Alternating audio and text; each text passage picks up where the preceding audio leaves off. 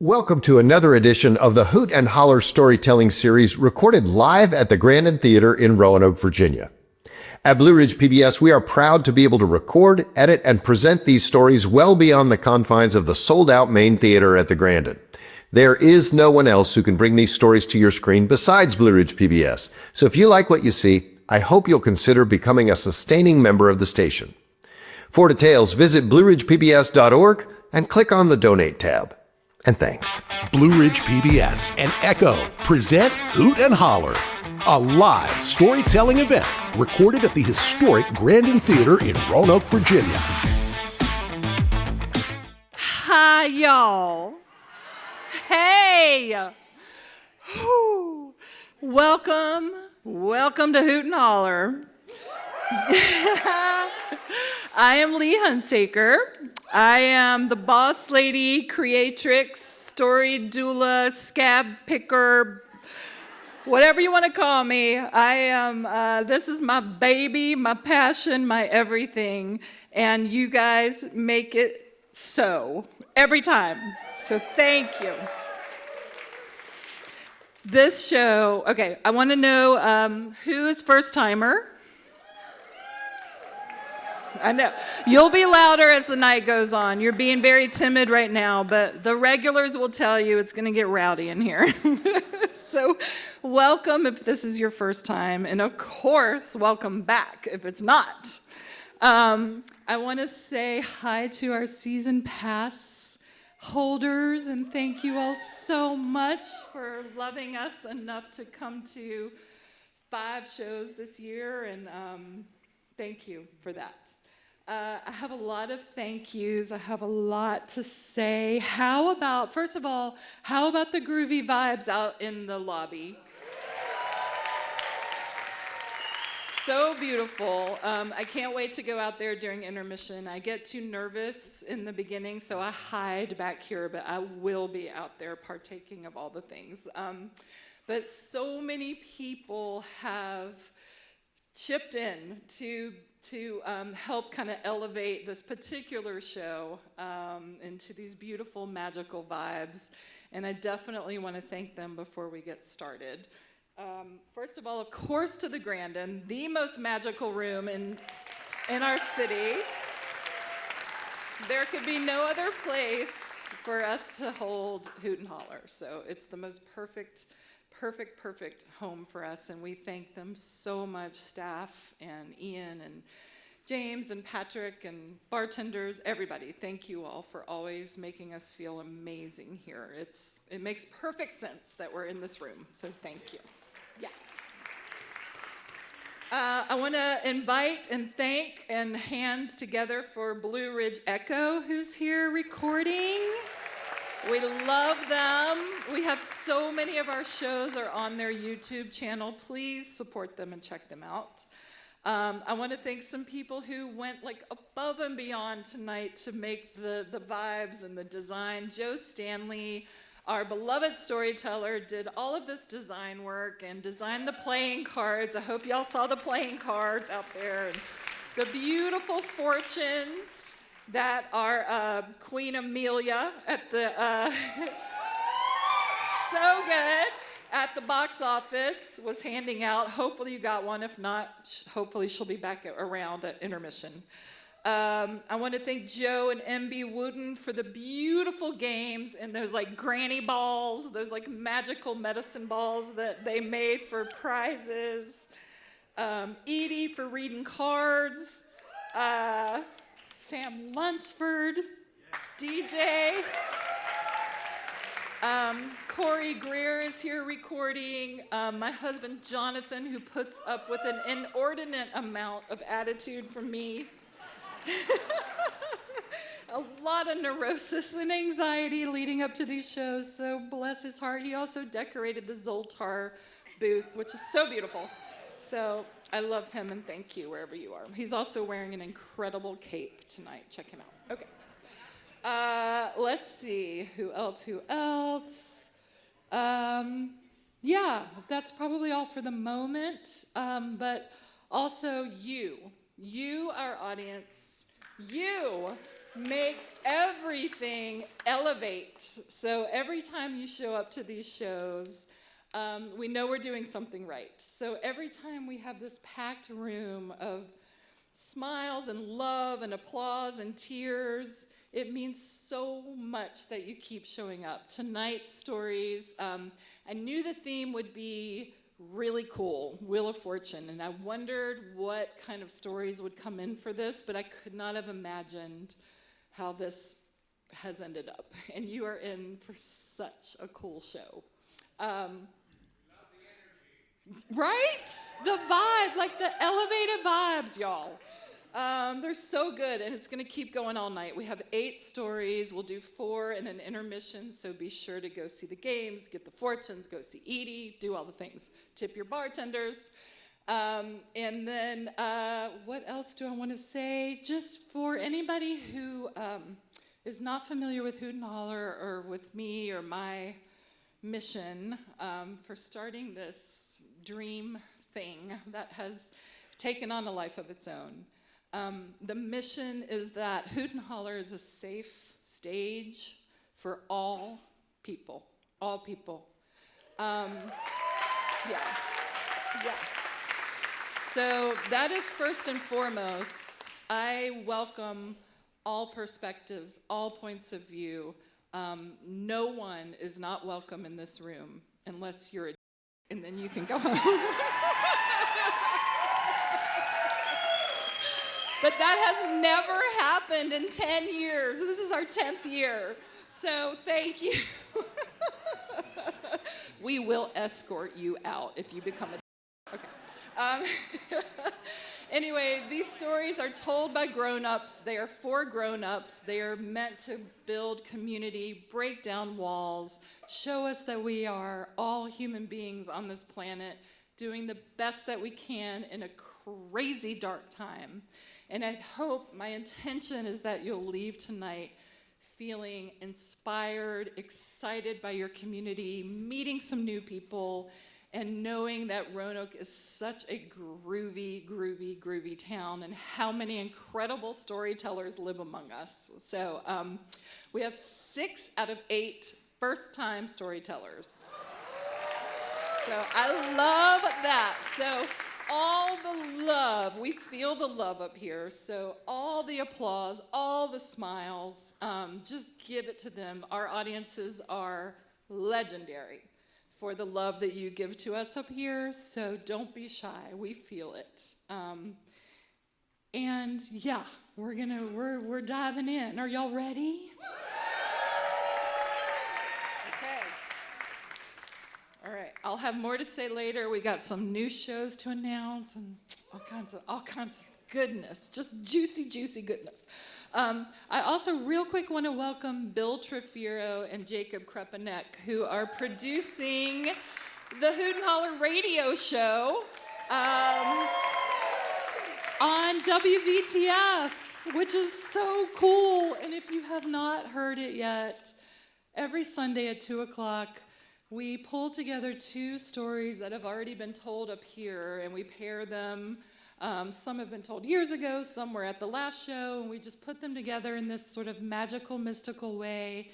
And then we bring the storytellers back into the studio, and we talk about the process of what it's been like to share the story. And if you haven't heard it, it's available on podcast platforms, VTF, which we love, public radio, 2 o'clock on Sundays. So I want to welcome them here, too, wherever y'all are. They've been amazing helping me learn all of this radio stuff. So, okay. Number 1. She's a Midwesterner who has made her home in Johnson City, Tennessee. A true Gemini, she has several fingers in several pies.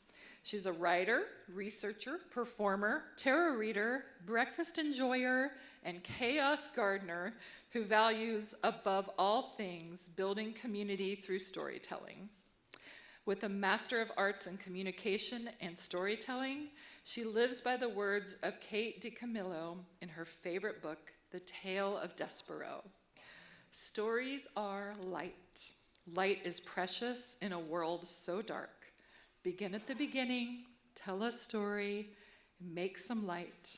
So friends, let's make some light. Hands together. First time here at the Grandin, Cassidy Smith. That's what I love to hear. Thank you so much. It's got pockets. I love you guys already.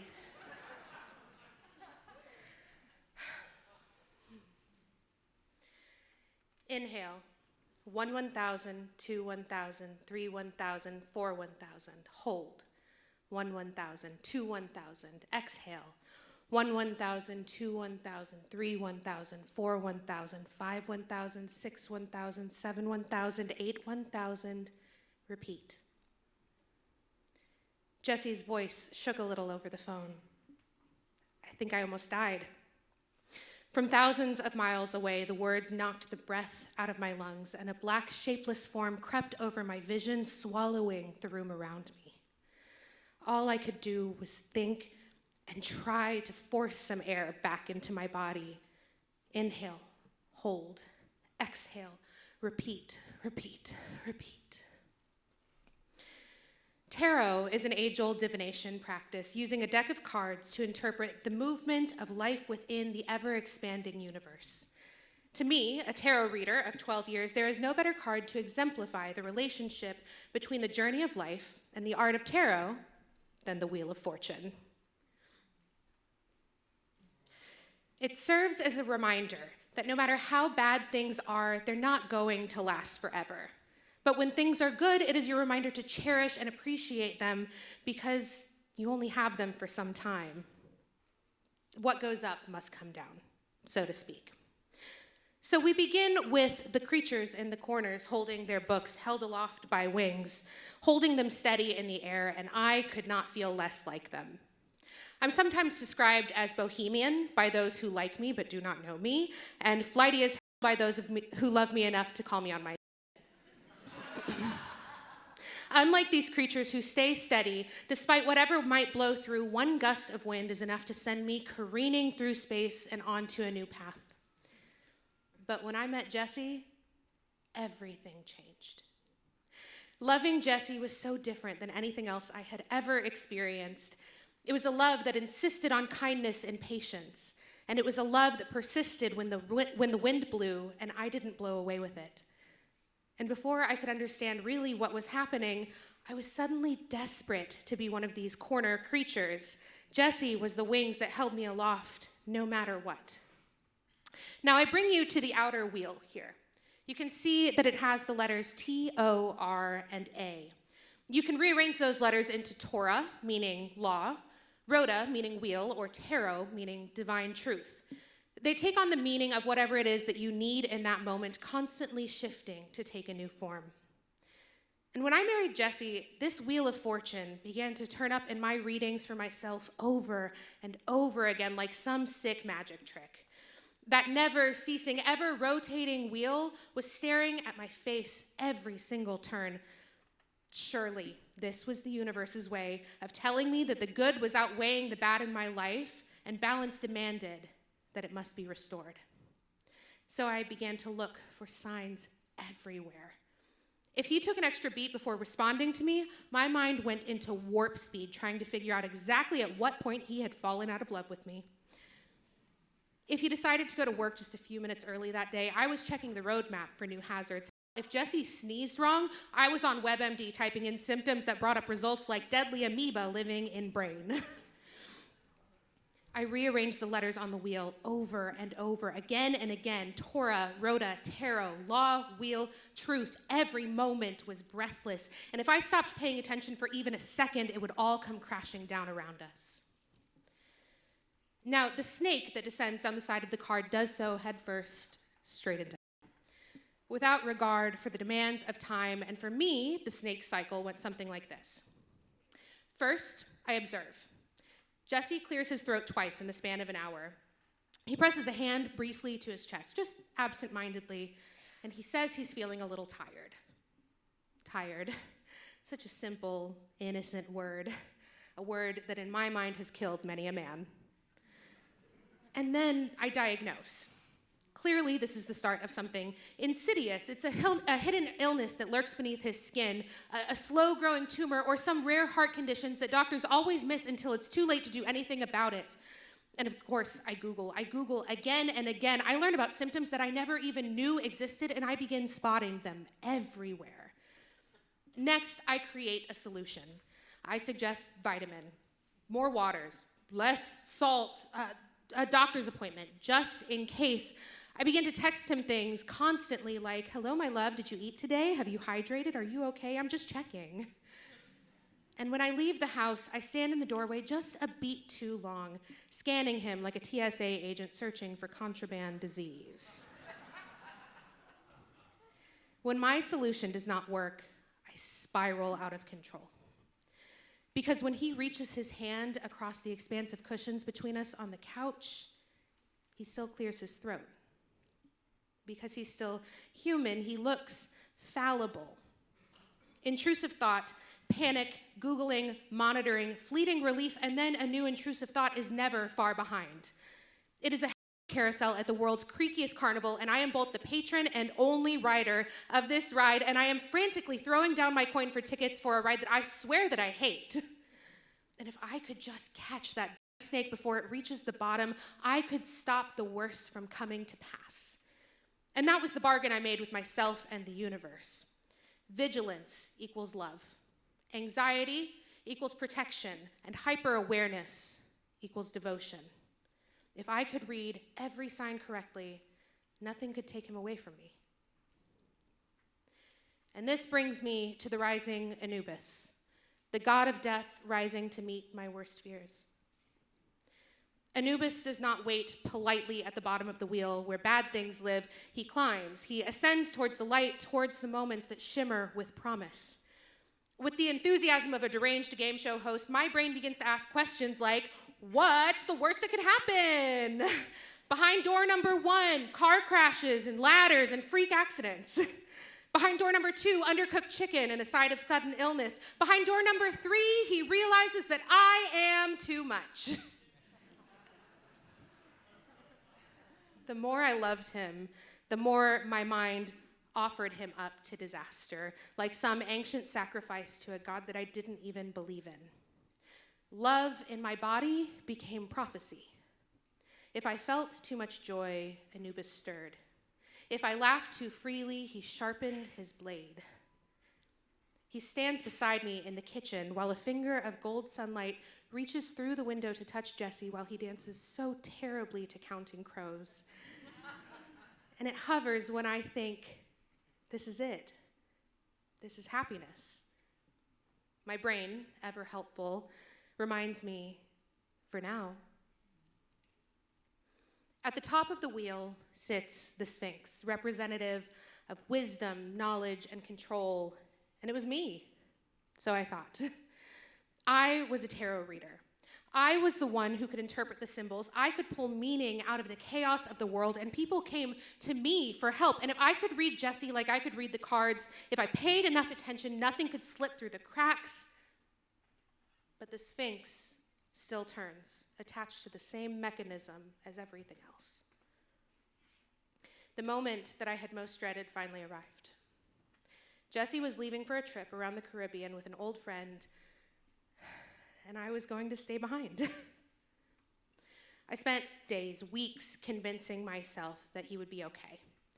I rehearsed rational thought like they were mantras. He is capable, he is healthy, boats are statistically safe, probably. I only almost Google boat fatalities. I only almost have myself convinced. And a few days in, my phone rings, and I pick it up in breathless anticipation, so grateful to hear his blessed voice that I, who notice everything, who never misses a thing, almost missed the tremor in his voice that revealed the worst. He says, "I think I almost died." He tells me about the boat, about how the sun beat down on him, drawing out every bit of moisture from his skin. His voice trembled as he shared how his body had stopped cooperating and he lost all sense of time and space, of how he laughed maniacally as the world narrowed to a pinpoint before him and he thought, this is it. I can't believe I'm dying so far away from my wife. He spoke of the wheel of life crushing his body beneath it, leaving him immobile while the world turned without him for 1 beat, then 2, then 3. The wheel had not slowed out of respect for my effort. It did not say, oh, she tried really hard, let's not kill him this time. Thousands of miles away, I am not there to observe. I am not there to diagnose, not there to solve. I am not there to stop the wheel, and still he does not die. In the center of the wheel of fortune are the symbols for mercury, sulfur, water, and salt. The alchemists of old considered these to be the ingredients of transformation. Diagnosis, as it turns out, can also be transformative.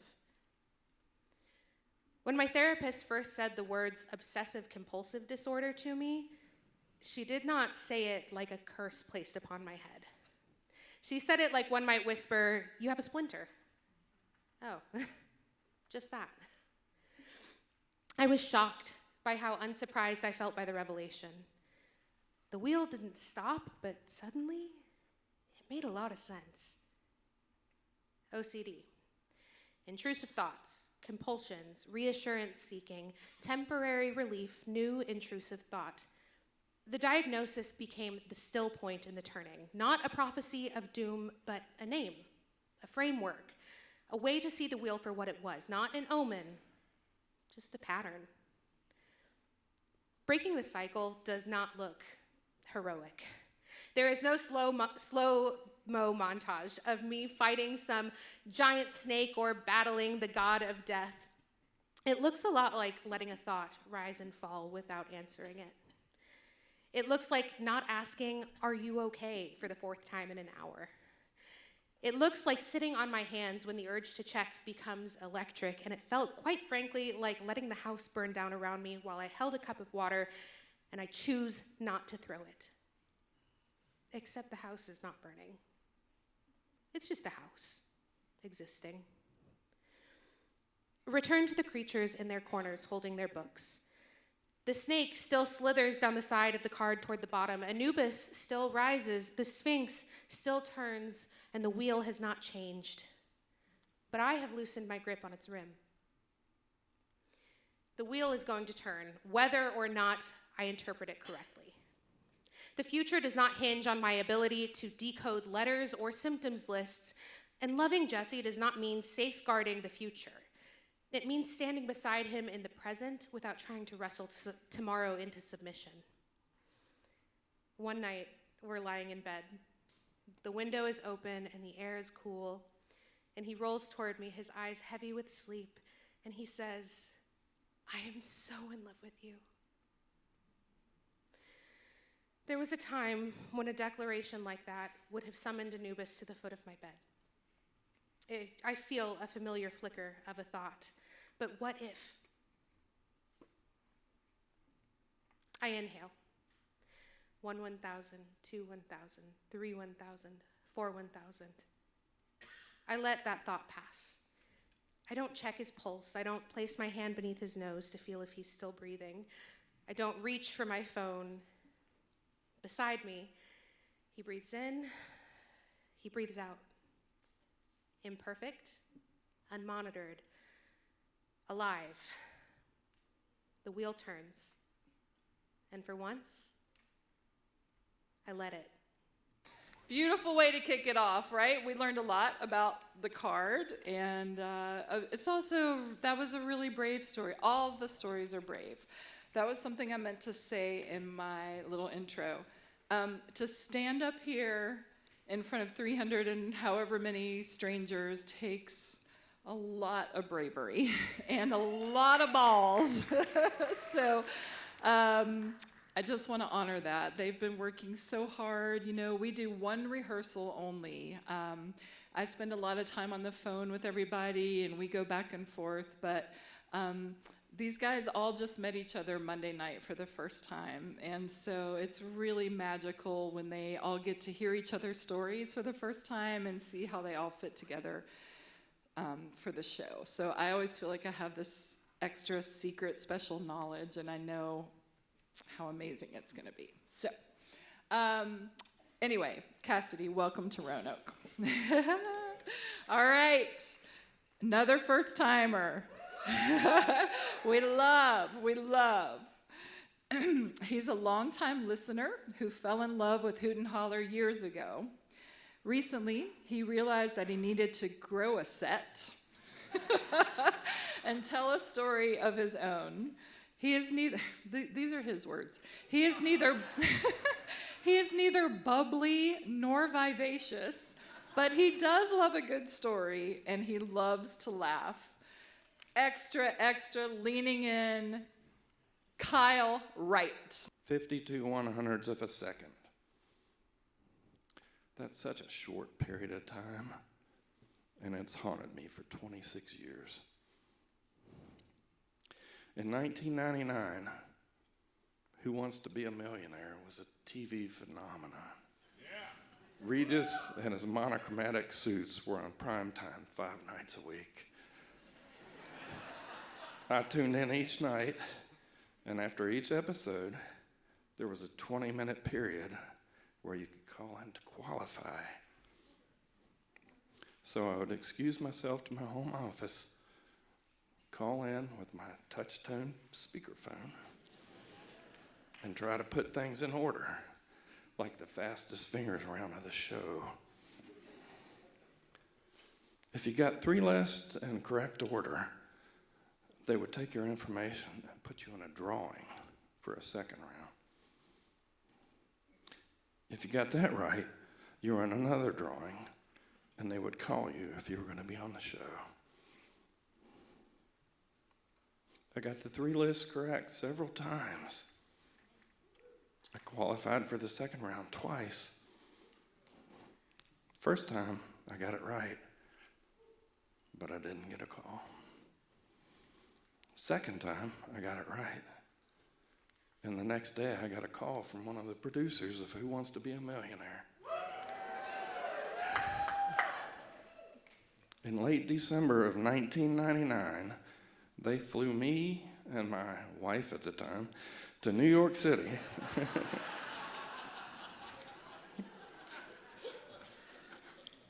We recorded in late December of 99, and we hoped that the show would air in January of 2000.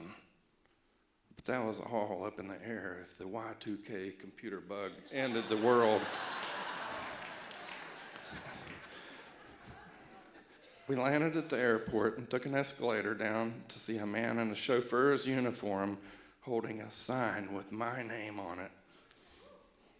That was a first. He took our bags and escorted us to a limousine.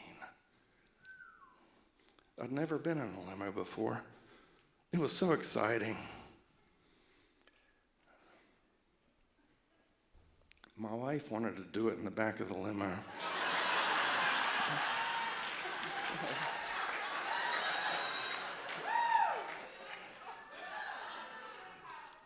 I chickened out. I didn't want to be kicked out of a limo with my luggage and have to figure out how to get to the hotel. We checked into the hotel where they gave me $100 cash as meal money for our 2 days in New York City. We went to dinner at the steakhouse in our hotel. That meal cost way more than the 2-day allowance. Our two steaks cost $96, and then we had to pay for our salads and potatoes on top of that. But I was okay with that. Then we took a taxi to the Lincoln Center Theater to see a performance of Contact. It won the Tony that year for the best musical. It was fantastic. Our cab driver asked us why we were in the city. I said I was on the Millionaire Show. In broken English, he asked me why I wasn't in the hotel studying.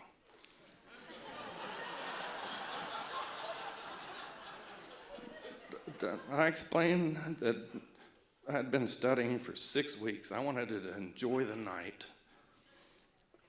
He muttered something in his native tongue. I didn't ask him what he said. I know when I'm being judged. The next morning, all the contestants met in the lobby. We took a bus over to the studio where we were all introduced, and we had a buffet breakfast. Yeah. Typically, the contestants represent a wide spectrum. This episode had 10 middle-aged white guys. 8 were either engineers like me or attorneys. 1 was a teacher, and the 10th one was a comic book author who had recently signed with James Cameron to have his book made into a movie. As near as I can tell, that movie was never made. After breakfast, we met with production assistants. Mine interviewed me. During our interview, she commented, "Looking at your stats, you're going to do really well." That was a big brother moment. Apparently, every time I called in, they tracked my results. They sent us a questionnaire before we went to New York. I can't remember many of the questions, but I remember one. What is your dream job? And the producer focused on that. I don't know the official title of my dream job, but I call it sand duster. I'd recently watched a video about the shooting of the Sports Illustrated swimsuit issue.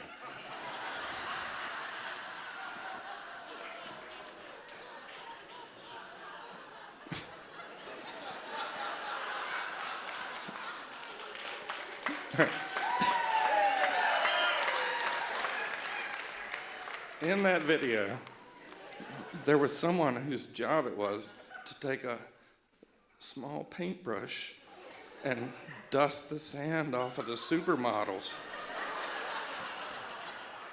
I've always paid a lot of attention to detail, so I thought I would do well at this job. And I got to explain my phone-a-friend list.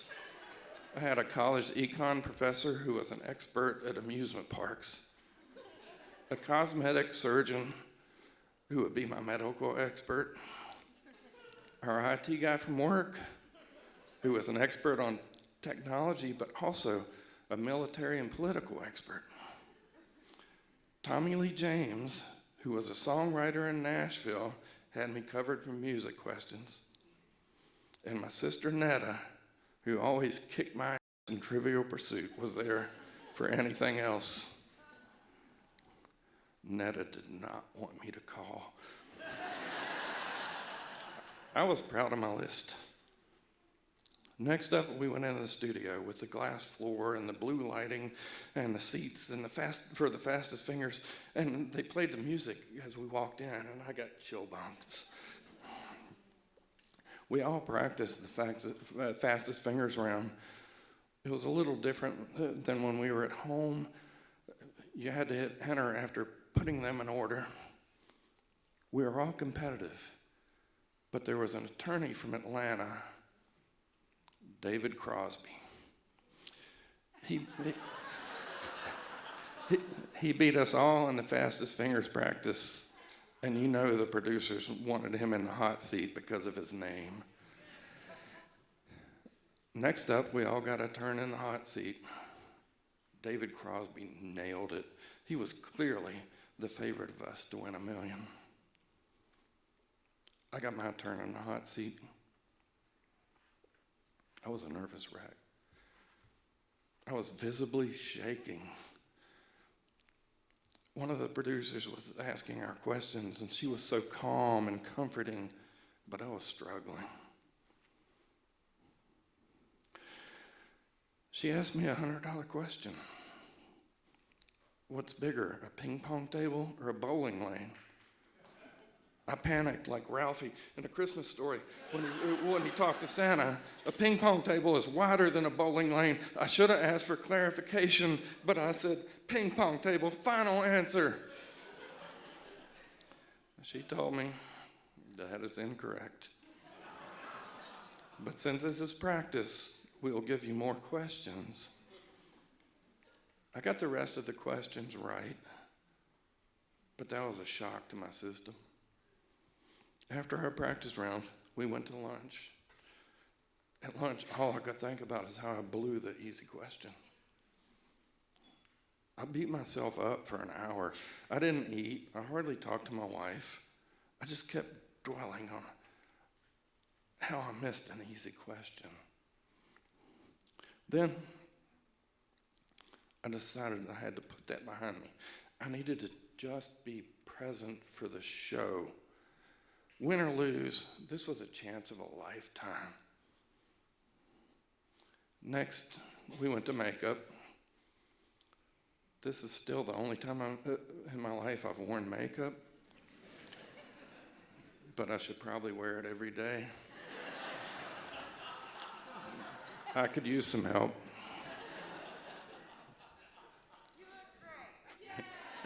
Throughout the practice sessions, they kept telling us that Regis would come meet us before the show. He did not. Finally, it was time for the show. I was focused. I had so much nervous energy that I wound up climbing up the scaffolding that supported the bleachers, but I was still dialed in. They finally walked us into the stage area. Still hadn't met Regis, but I was present. I looked around the bleachers. I saw my wife. I waved to her.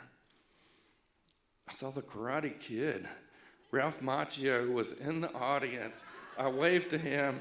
I gave him a thumbs up. He returned the thumb. We all went to our seats for our introductions. We each had a few seconds alone with the camera. I have a gap between two teeth that I'm self-conscious about. So I opted for a closed mouth smile and a wave.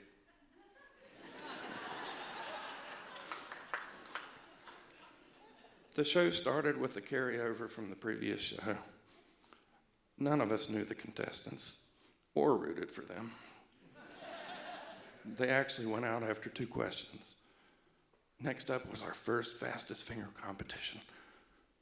We had to name comedians from oldest to youngest. Red Fox, Richard Pryor, and then it was either Eddie Murphy or Steve Harvey.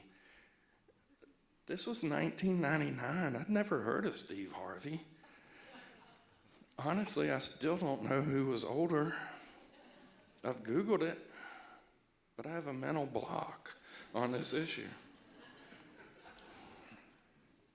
The winner of our question had a short run in the hot seat, so we got another chance. This question was putting airports in order from north to south. I knew all 4. I hit my numbers, and I was reaching out to hit enter when I heard the person next to me hit enter. Boom.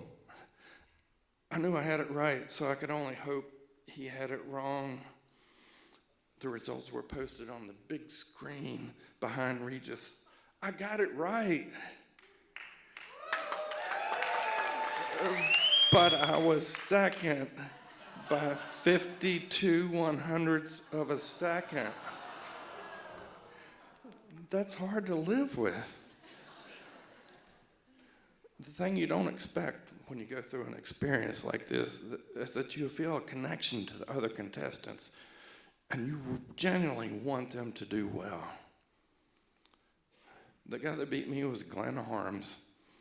He was an engineer from the Maryland Department of Transportation.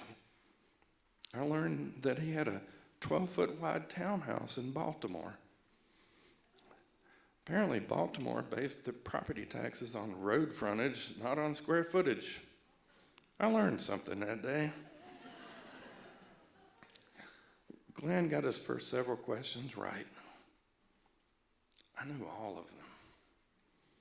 and he used lifelines before I would have. He was at $8,000. The next question was a $16,000 question, which is huge because it means you can leave with no less than that. The question was, there's a statue in Philadelphia that spells out love in block letters. Only one letter is tilted. I knew it. It's the O. I was behind him, but I was silently mouthing, "Oh, oh," hoping that he would get it right. After much deliberation, he decided to walk away with $8,000 because he and his wife needed a new refrigerator. And then the music played.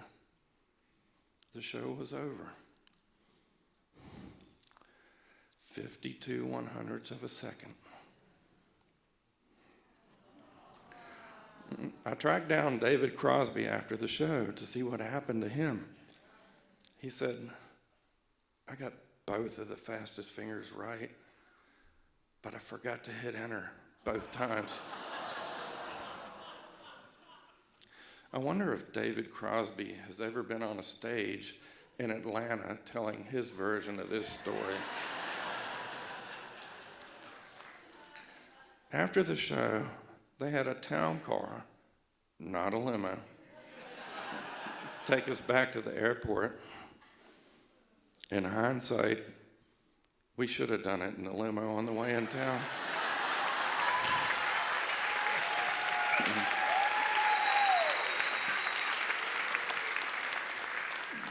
So, 26 years and 52 100ths of a second later, I still want to be a millionaire. Beautiful first time story. Oh my God. Slayed it. Slayed. Woo. All right. How y'all doing? I don't know how to lower this, but anyway. Okay, here we go. Number 3. She's a wife, a mom, a Girl Scout leader, a physical therapist, a professor, and the founder of a pro bono physical therapy clinic here in town. Wow. Right? She likes to say that storytelling is one of her love languages, even when that means she has to live through an awkward or uncomfortable experience.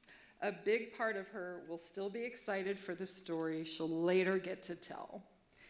This event she's about to share with us may be the exception to the rule. We welcome her to tell you her wildest story, another first-timer, y'all, Jill Thompson. 30 years, 7 months, and a few hours ago, I died. It was 1995, and I was a rising junior at the University of Scranton, studying physical therapy and running on our gloriously mediocre Division III cross-country team. Every summer before the fall semester started, our team would drive up into Canada, where we would have a week of preseason training based out of some rustic cabins on Bob's Lake. The area is secluded, with cooler summer temperatures, lots of hilly dirt roads, a clear lake, and a field for playing Ghost in the Graveyard at night. Our head coach spent most of his time there fishing, but Steve, our assistant coach, was with us constantly. Now, Coach Steve was not a runner. In the winter, he was the head wrestling coach and generally seemed way more well-versed in the grappling sports than the chasing sports. But he took his assistant coach job seriously. What Coach Steve lacked in sports-specific knowledge, he made up in devotion and spirit, and we loved him for it. And so we set off to Canada that fateful day in 3 vehicles. Coach Steve drove one large van for the men's team. My teammate Mike drove a pickup filled with luggage. And another teammate, Rob, had been voluntold to drive the women's team van. He reluctantly agreed despite having 0 experience driving such a large or loaded down vehicle. The mood in our van was boisterous and full of song, and Rob let us carry on ridiculously as he steadily chauffeured his 10 passengers closer to camp. As you near Bob's Lake, you leave the last bit of civilization in the tiny town of Westport And from there, the roads get narrower and slower and curvier as they wind around the topography of that part of Ontario. The women's team had finally exhausted some of our initial energy and had settled into naps or quieter conversations. A 70s mixtape was playing Low Rider. I was seated on the driver's side in the second row, staring out the window. The first sense I had that something was wrong was when I heard gravel under the tires. The road we were on had been newly paved, so the sound of gravel was jarring and unexpected. I looked up in time to see the thin wire guardrail of the curve and watch our vehicle blow through it as if it were made of yarn. The next thing I knew, we were rolling midair. I put my hands up to avoid hitting my head on the ceiling, and when the van righted itself, I was underwater. This was no Hollywood-style slow-sinking vehicle where the passengers have time to call for help and take a big last gulp of air. We ended up scooping water as we entered the lake, immediately filling the van up and disturbing all the organic detritus from the lake bottom. When the vehicle stopped moving, I had maybe half a breath of air in my lungs and was surrounded by a sea of dark green water. This had to be a dream, right? This kind of thing doesn't happen to actual people. My skinny endurance athlete self felt completely unprepared for the kind of water acrobatics I needed in this situation. I was disoriented, unable to see anything in the cloudy water. I could hear a loud electric buzzing as the sound system died a watery death, and I knew if I didn't do something quickly, I would be next. Things went awry, well, more awry, almost immediately. I managed to unbuckle my seatbelt, but in the chaos forgot that during the trip I had taken the strangling shoulder portion and put it behind me. So when I released that button, I found myself tangled through the loop as it retracted, pulling me in like tentacles of a sea monster. I spent precious time fighting to escape its clutches, all the while being hit and kicked by the limbs of my teammates as they struggled with sea monsters of their own. Next, I felt for the window to find the door handle below. I must have missed it on the first try, so I started again more deliberately. Window, sidewall, nothing. Window, sidewall, nothing. Nothing. Why can't I find the handle? There's no telling how much time had elapsed at this point, but I was starting to have real difficulty holding my breath. While my body was used to oxygen deprivation as a runner, I had not trained for this.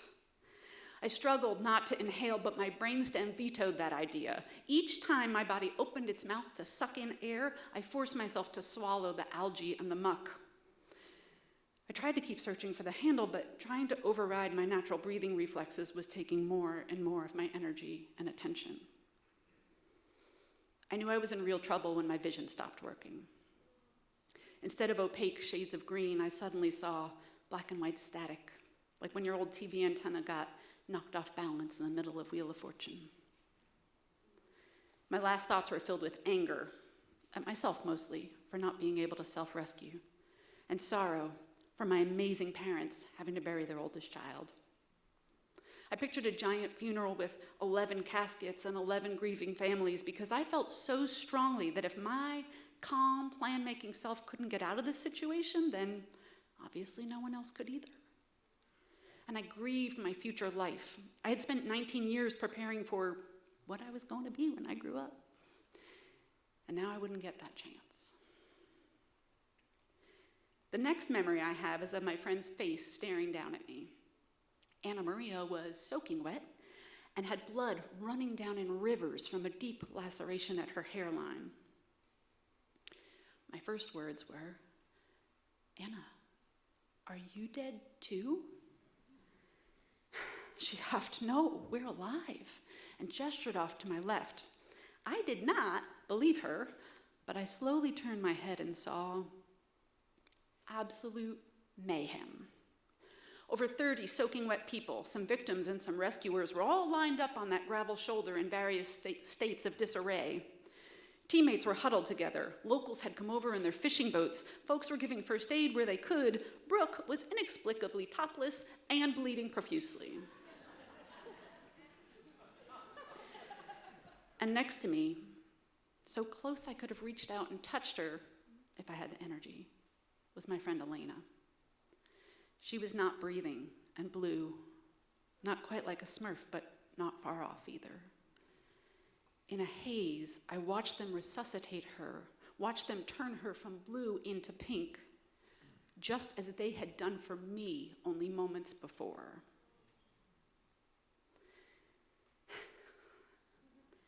The official police report says the vehicle failed to negotiate the curve. Luckily, some folks in the other vehicles happened to be looking back and saw our van sail off the road and into the air like we were in some sort of Twisted Dukes of Hazzard episode.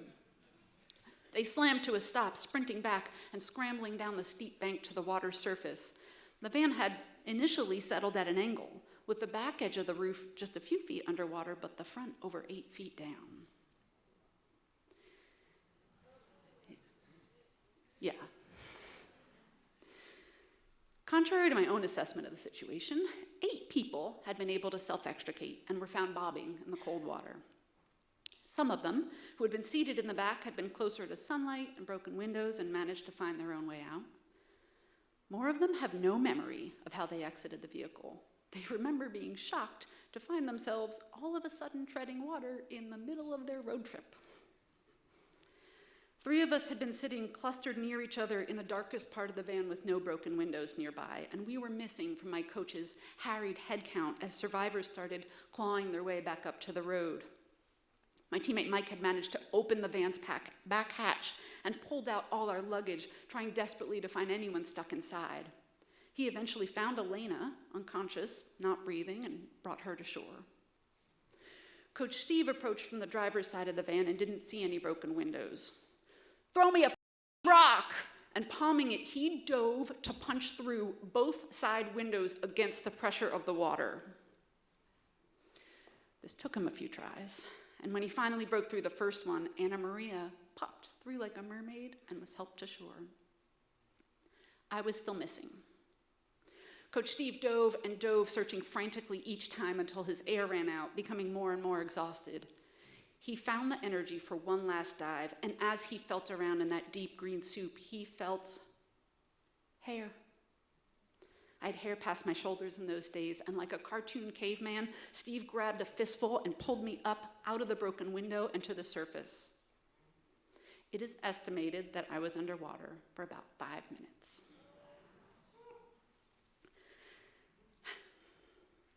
It took a few days, but everyone was eventually released from the hospital. The men's team went back to the accident site on a mission to recover our submerged luggage, and that field where we had played Ghosts in the Graveyard in years past became a giant drying rack where we tried to salvage our waterlogged belongings. Coach Steve needed a tendon repair in his right hand. Brooke had chipped a bone in her elbow. Melissa broke her collarbone. A few girls needed stitches, and others had no physical injuries.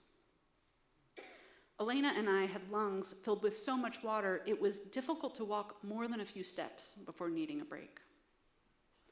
The local newspaper staged a picture where I stood on the side of the road posed like this, and my team ran by me to make it look like we were all running together.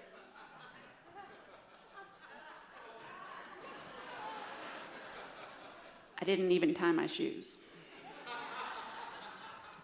Silver lining, I laughed so hard I coughed up a bunch of lake crud. All 11 people in that van survived, and we leaned heavily on each other as we settled into our fall semester and cross-country season. We didn't know the word trauma bonding, but we spent a lot of time together as we talked about our healing process and our nightmares and our water phobias and the significance of our story. It was hard to be around friends who hadn't been there, who didn't understand the horror we had felt when we all thought we were going to die as a team. There's a lot of mystery in why some people survive unfortunate events and others don't. For many folks, it's easy and obvious to claim divine intervention.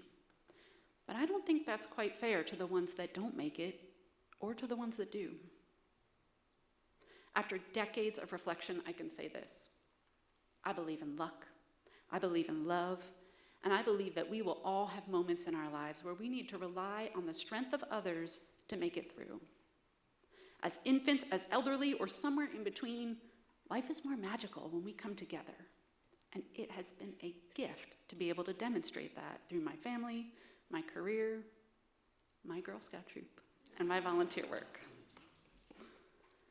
I don't think about my accident every day anymore. I rarely have nightmares. I can mostly swim without panicking. The intensity of the memories and the friendships has faded with time. What I do keep with me is the hope that when my time comes for real next time, I will have very few regrets. 30 years, 7 months, and a few hours ago, thanks to luck and some incredibly amazing people, I got a second chance at life. Thank you. What is happening? Oh my gosh. We have one more incredible story, and then we have intermission for more of the awesomeness out there, and then 4 more unbelievable stories. How are y'all doing? Isn't this incredible? Okay. This person will never write his own intro, so I have to wing it, which is not hard to do. If you are a Hoot and Holler regular at all, you have very likely seen this storyteller share his beautiful stories of Appalachian life and truth and love and hilarity. And if you haven't seen him, you're in for a treat. He's also the one that designed these beautiful graphics. He designed the fortunes. He designed the playing cards, which I hope you guys have seen out there. He has traveled to Bristol to be in our show. He's just a beloved member of our big dysfunctional family, and always welcome him to the stage. This story is no different. You're in for a treat. Hands together, leaning in, Joe Stanley. We never took a single family vacation. Not one. In fact, in my entire childhood, we took a single day trip. One. We went to Natural Bridge. Now, Mama had saved long enough so we could all do the wax museum while we were there, but it took every penny she had. I was far less impressed with that mighty display of natural beauty than I was with what I knew awaited me in the gift shop. Before we even got out of the car, I started begging.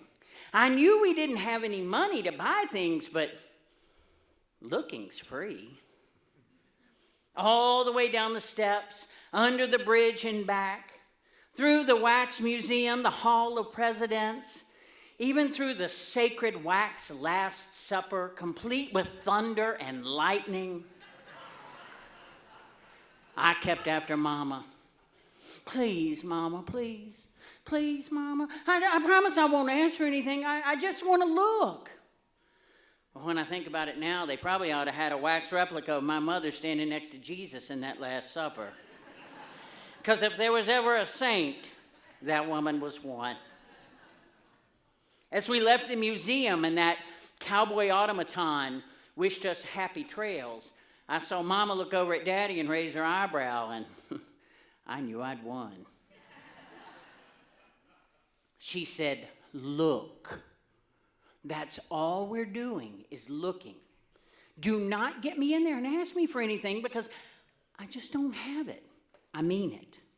"Oh, I swear, Mama, I'm not going to ask for anything. I promise you I won't ask for anything. I just want to look." And we crossed that threshold into that gift shop, and Mama looked at me and said, "No touching. Keep your hands to yourself." And then off I went. I tried on a coonskin cap. I spun that keychain looking for one that said Joey. I stood there admiring those giant pencils with a great big eraser, imagining myself being the envy of the second grade as I completed those worksheets in style. And then I spotted them. There was a massive display, a massive pyramid of ceramic salt and pepper shakers, shaped like little barrels. And that stack was about a foot taller than I was, and they had the same brown glaze that Mama's favorite coffee cup had, and I just knew she had to see them. And I called out, "Hey, Mama, look at these." And I reached out to hold one up. And at that moment, it sounded like Natural Bridge itself had collapsed.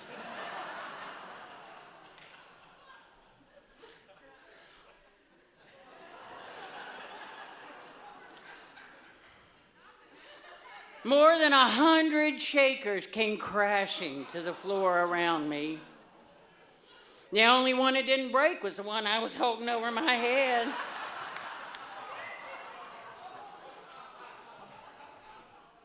And this was 1979. There wasn't a soul who asked if I was okay. That shaker was jerked out of my hand and I was lifted by the arm. Daddy was muttering words that would have melted that wax Jesus. He carried me over to Mama, who was already being confronted by that gift shop manager. Now, that woman was someone who'd missed her calling, because you could just look at her and tell she should have been a school bus driver. Because she enjoyed telling kids to sit down and shut up. She insisted Mama was going to pay for those shakers. But Mama didn't say a word. She just stood there, tears streaming down her face, as that woman shook broken pieces of pottery in her face. I started to say I was sorry, and every single person in that building turned and looked at me and went, "Not now." Mama finally asked the woman, Will you take a check? I don't have any cash on me. Mama paid for those shakers, and we walked back to the car. She made me sit up front between her and Daddy, and she cried the whole way home, wondering how she was going to cover that check before it got to the bank. And I don't remember how she did it, but I know she covered the check.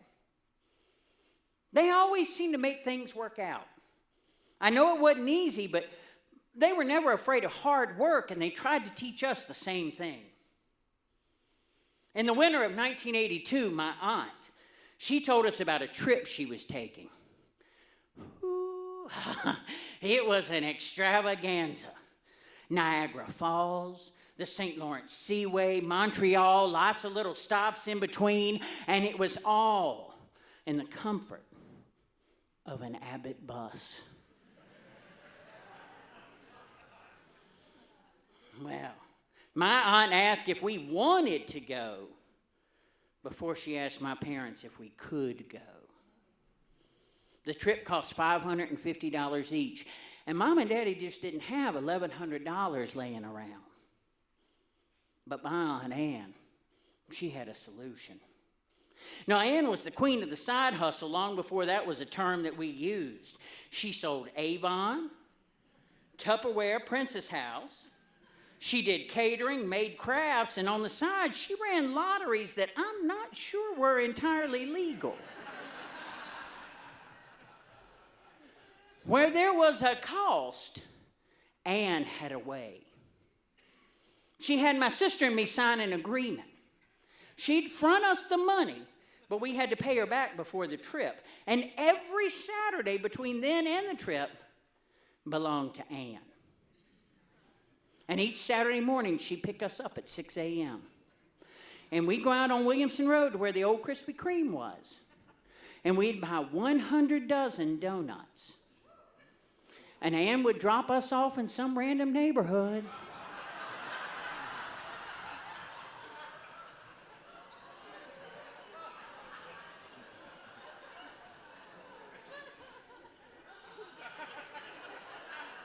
And Melissa and I'd go door to door. Do you want to buy a dozen donuts? We sold them for $2 a dozen. And then after we finished with that, we'd go to Ann's house. And we'd help her cook and load up for whatever catering gig she had that night. And then we'd shower and change clothes. And then we'd head off to that gig. And Melissa and I'd bust those tables. And about midnight, Ann would drop us off back at the house. And this went on for months.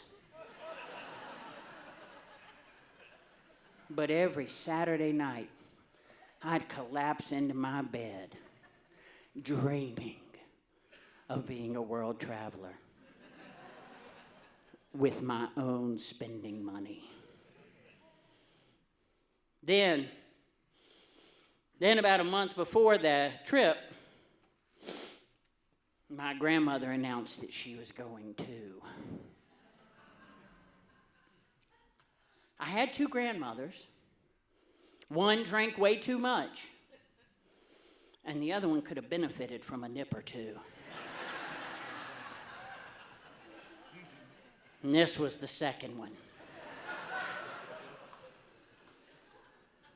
This woman was severe in every possible way. She believed spare the rod and spoil the child was written in red letters in the Bible. She used to whip us with a yardstick that said, Jesus loves you this much.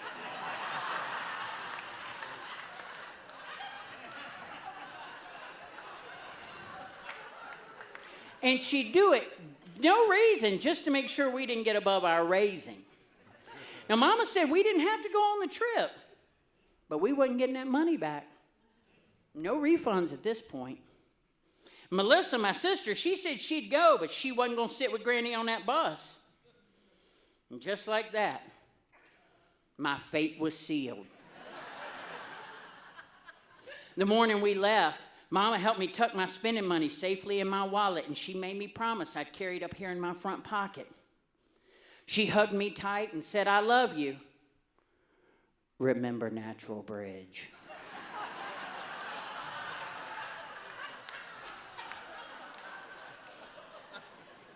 That should have been all the warning I needed, but it wasn't. Instead, I climbed on that bus and I sat down next to my grandmother. I pulled out one of my Choose Your Own Adventure books.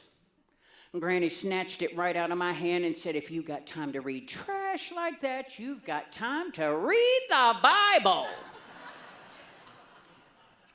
And Canada has never felt so far away. We'd been on the road maybe 30 minutes when she turned to me and said, do not for 1 second think you're going to get me up there and start begging me to buy you something. No, sir, absolutely not. Well, I explained I had my own money. Mama said I could buy whatever I wanted. She just recommended I try and make it last the whole week. And Granny was horrified. Who in their right mind gives an 11-year-old $200?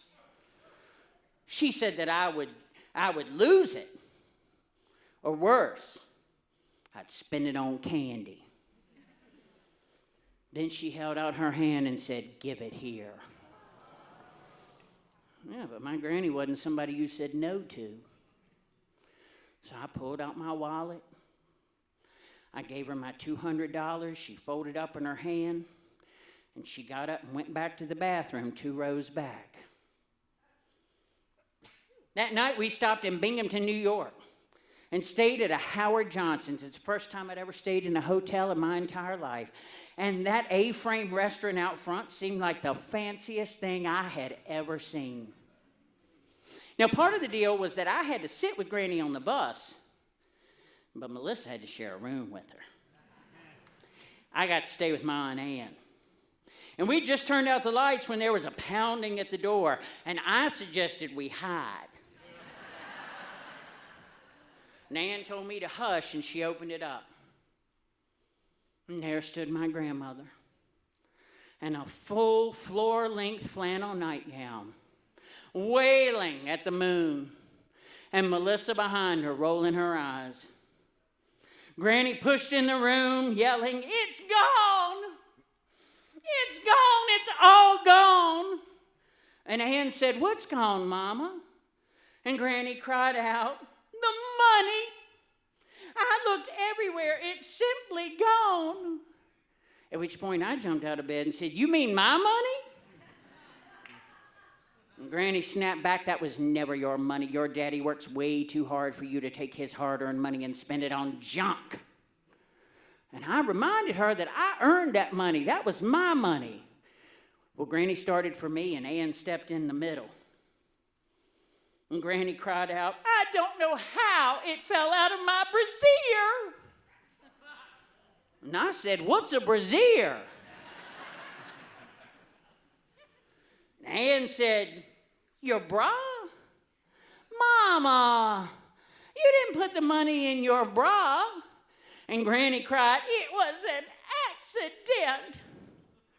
And I'm crying at this point too. How do you accidentally put my money in your bra? I should have kept it in my wallet. All three of them told me to shut up. And she went and helped them search in Granny's room, and I just lay there crying. The donuts. The donuts I had sold for nothing. The next morning at breakfast, the bus driver said he'd cleaned the bus and found some money in the bathroom. If anyone could tell him how much it was, he'd return it. And Granny's hand shot up before the man even finished the sentence. The money was returned. Now, at this point, I said I ought to get to carry my own money. But Granny would have none of it. And for the rest of that trip, she allowed me to spend $5 a day. $5 a day. When we got off the bus back here at home, she couldn't wait to get off the bus, and she found my father in the crowd, and she went out and put $160 in his hand. And she was so proud because she didn't let me waste that money on junk. And Daddy said, "Mama, that was his money." And he put it in my hand. And Granny whipped around and reminded me, "Remember, you owe the Lord 10% of that."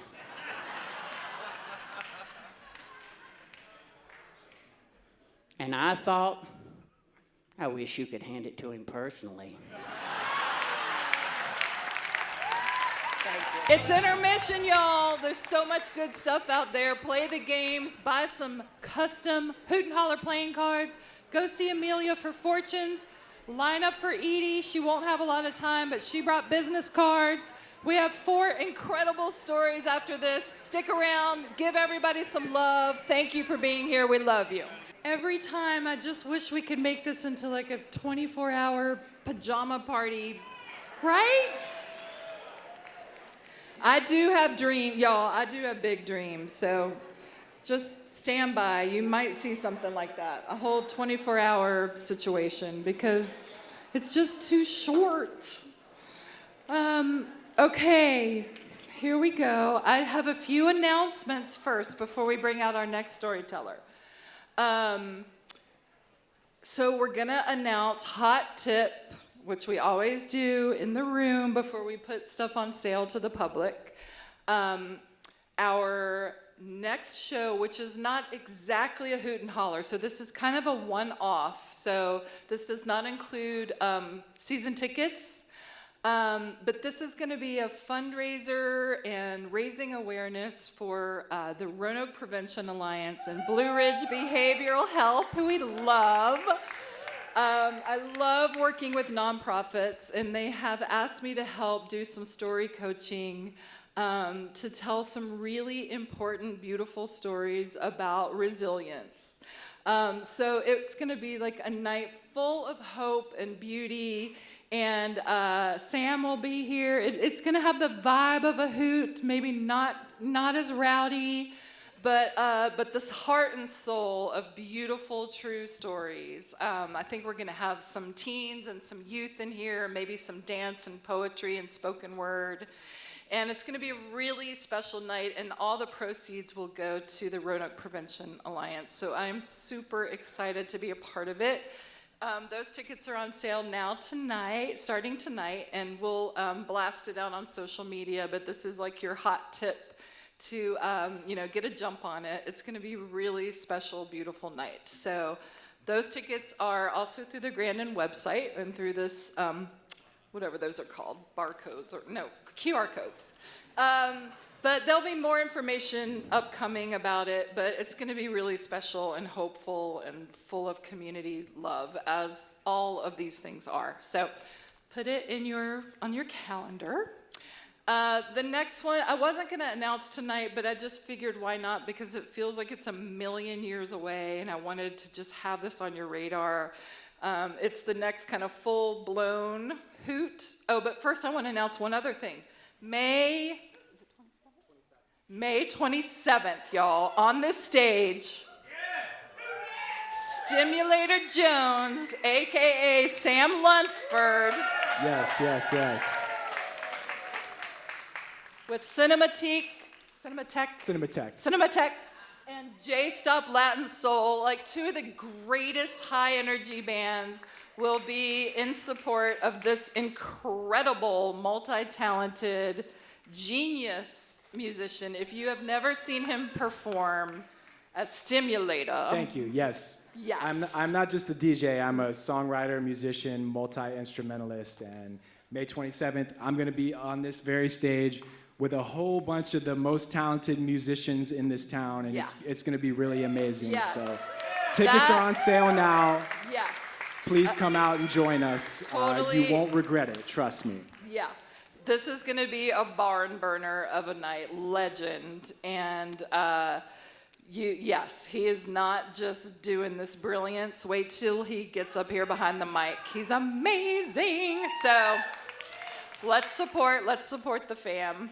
And then this is, I was about to say, this is kind of a million years away, but actually it'll be here in 5 minutes. So our next kind of full-blown rockin' Hoot and Holler show, we're just going to go ahead and announce and put on sale, even though we haven't gotten the event ready or anything. This one will be included with your season passes.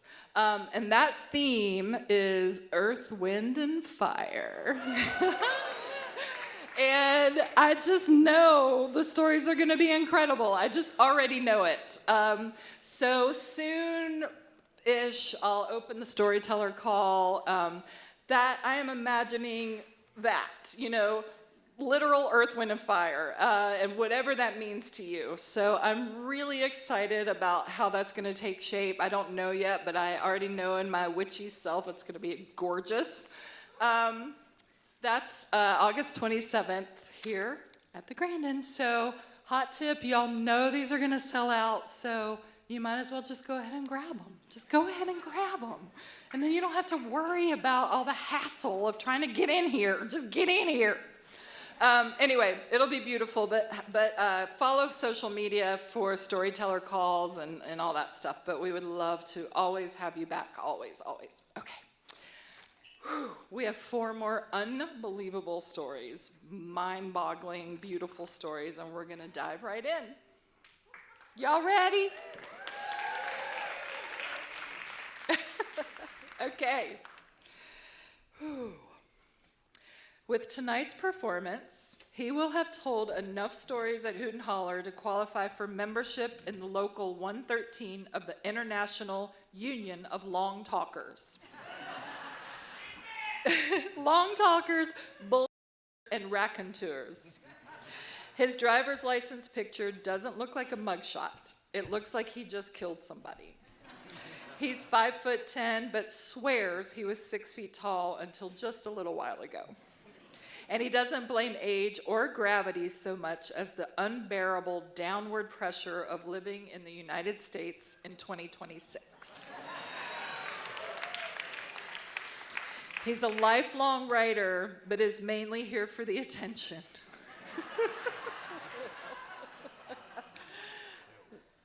I told y'all they're all brave. This is extra. Lean in. Hoot and Holler regular. We're so happy to have him back. Matt Chittum. The man who invented the Ferris wheel never met the man who invented the carousel. They moved in different circles.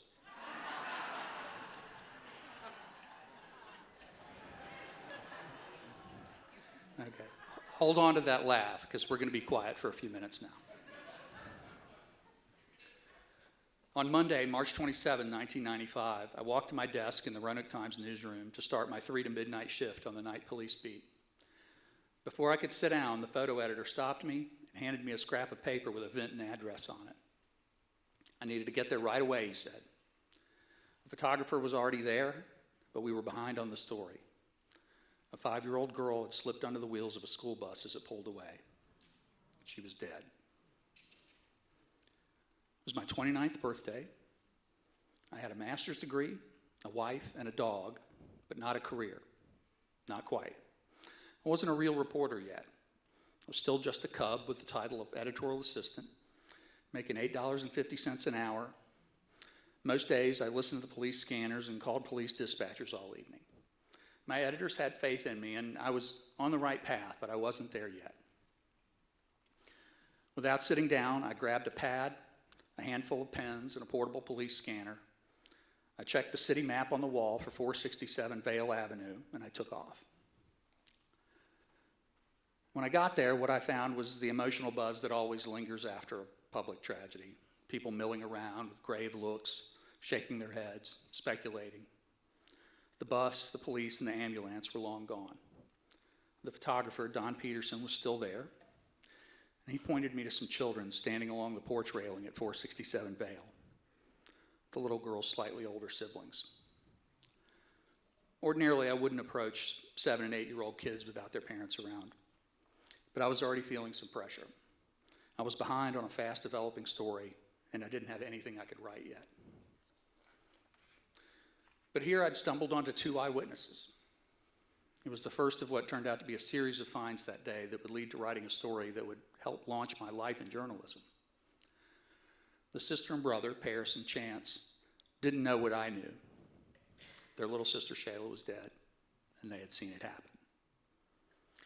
They had all gotten off the bus from Roland E. Cook Elementary together, but for some still unknown reason, Shayla had gone back to the bus, slid as she approached it, and landed under the dual rear wheels. The driver stopped immediately, and little Paris ran inside to get her mom to call 911. So now we had the basics. But who was this poor child? And who could tell me more about her? I drove to their school, thinking someone there could tell me about Shayla. The principal was too distraught to speak, so she sent out the guidance counselor. And she told me about how Shayla had approached her during lunch one day, propped her face delicately on her hands at the end of the table, and sang happy birthday to her. That's the way they do it in restaurants, Shayla explained. It was a potent and revealing anecdote, and I knew it was gold for my story. But how was I supposed to feel about it? Glad that my story was coming together, or just shredded by it like I knew readers would be when they read it in the paper the next day? And I was still missing a vital piece of the story, the official police account of what happened, and an answer to the awful question of whether the bus driver, a local minister and part-time driver known to kids as Mr. J, would be charged. I drove to the Vinton police station, and I asked for Chief Rick Fouts, who would later tell me that he actually knew Shayla. Every year he dressed as Santa Claus and delivered toys to some of Vinton's needy families. Just 3 months earlier, he had taken presents to Shayla and her 5 siblings. The Roanoke Times ran a photo of Fouts in his red suit and beard with little Shayla reaching up to him to give him a hug. That photo, if we could find it, more gold. While I waited in the hallway for the chief, I noticed 2 boys about 10 waiting there. I talked to them and found out they'd been on the bus, and they'd ridden to the police station on their bikes to check on their beloved driver. He's in his 50s, but he acts like he's in his 20s, one of them, a boy named Robert, told me. A few minutes later, Mr. J stepped into the hallway. I watched the boys run to him. He looked tired, defeated, a little scared. He forced a smile when he saw the boys, and he put a hand on each of their shoulders. One of them asked if he would still be their driver. He smiled down at them, patted each on the head, and said he didn't know. It felt invasive to watch it, and then scribble the scene onto my pad, knowing what I was going to do with it. But I knew it was too telling, too compelling to leave out. After I talked to the chief, I drove back to the paper. I'd been gone less than 2 hours. I debriefed with editors and then sat down to write at my desk in the middle of the newsroom. I thought through all I'd seen, what mattered, and how to put together. And all at once, it just washed over me. For what would be the first of many times over a long career, I sat there with my work and I cried. When I got my breath, I wiped my eyes and I began to write. She was less than 20 feet from her front door when it happened. While two of her siblings watched, Shayla Worley, a bubbly, bright-eyed Vinton kindergartner, ran back to the school bus she had just left and slipped under its wheels as it pulled away. And from there, I simply followed the path I followed that day, from the house to the school to the police station, folding in the adorable happy birthday story, the sweet image of the police chief Santa getting his hug, and closing with the grieving driver, openly acknowledging the uncertainty of his future to two little boys who were worried about him. He wasn't charged, by the way, and he did eventually go back to driving. It didn't feel like I'd even written it. It was like it just happened. Happenstance, or, and it sounds terrible to put it this way, good fortune, had provided me all the material of what turned out to be a rich and emotional story. I'd wanted to be a writer, a professional writer, all my life, and I was already on my way. This one story didn't get me my job. But if there was any doubt among my editors that I was up to it, this story erased it. A few months later, when a position opened, I was promoted to staff writer. My most influential editor, Rich Martin, he went on to be a journalism professor, and for years he used this story as an example in his college classes. Many times since, I've thought about what it meant that my fortunes rose from a family's grief and tragedy. It's an uncomfortable thought, but it's common in that profession. Journalists win prizes for showing up and documenting and sharing absolutely dreadful news. And there's no denying that some reporters exploit that. And I don't believe that describes me. What I took away from the horrible story that helped launch my career was a recognition that this little girl and her family weren't on the opposite side of a wheel, and when their side rolled down, mine rolled up. We weren't connected that way. We're people all experiencing the same tragedy, but at different distances. And my job was to deliver the sad story to others still more distant so that they could feel it too. These kinds of articles aren't just news reports. They're stories. They're laden with emotional freight that sparks empathy and binds communities. And when you're, if I dare to put it this way, fortunate enough to have to write one of these stories, not just in a newspaper, but maybe you have to give a eulogy or write an obituary, or maybe you decide to come up on this stage one night. It's a privilege to play that role, and it's a gift and a blessing to do it well and with care. And that's why, after something like 5,000 bylines for the Roanoke Times, most of which I couldn't tell you a single thing about, I don't have to go search the archive to remember the name of Shayla Worley. Beautiful, right? Beautiful, brave, and vulnerable story from my very old friend. It takes a lot of guts to stand up here. I'll say it again. Thank you for sharing that. Okay, y'all ready? Let's take a deep breath. Let's shake it off.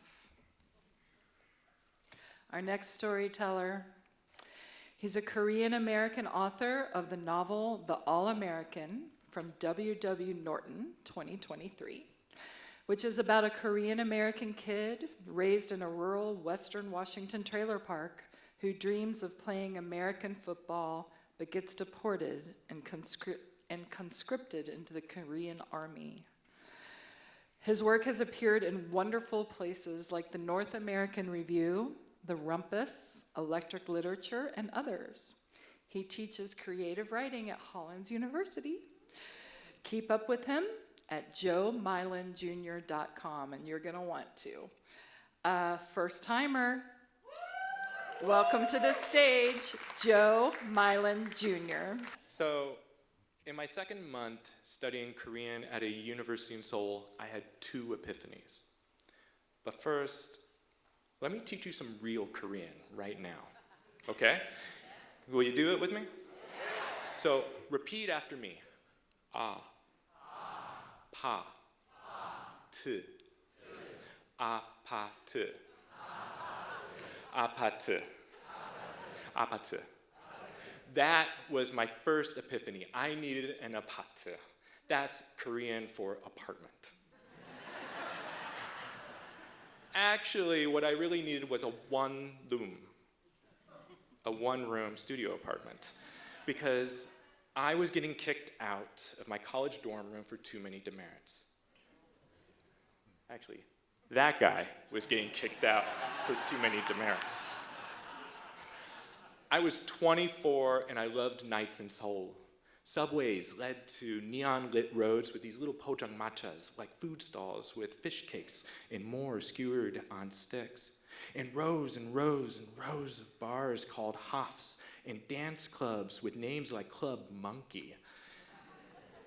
Tons of norebangs, like Korean karaoke, with speakers on the streets blasting K-pop, hip-hop, trot, samgyeopsal joints, sizzling pork belly fat on charcoal and smoking the alleyways with barbecue.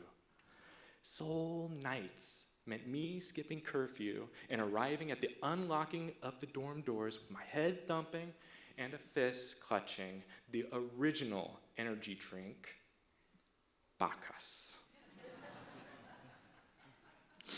My second epiphany was that I needed 500,000 won for a deposit on a moldy one-room the size of a king-size bed with a view of another apartment's soot gray wall and a little orange rubber gas line hanging slack from kitchen to kitchen. In my pocket, I had a T-money bus card and a punch card for Kimbap Country. I did not have 500,000 won. And in case, if you don't know what a kimbap is, it's simply seaweed, rice, some meat, some sort of vegetables, also tamuji, which is a yellow pickle, and it's wrapped and it's delicious, and it was like $1 a roll.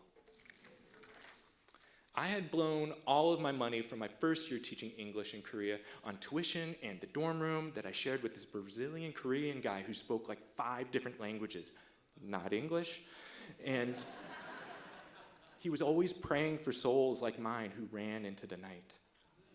But I didn't care. I wanted to sip the land of the morning calm and swill the city of the midnight howl. I wanted to live it and write about it, be a Korean American who could speak it.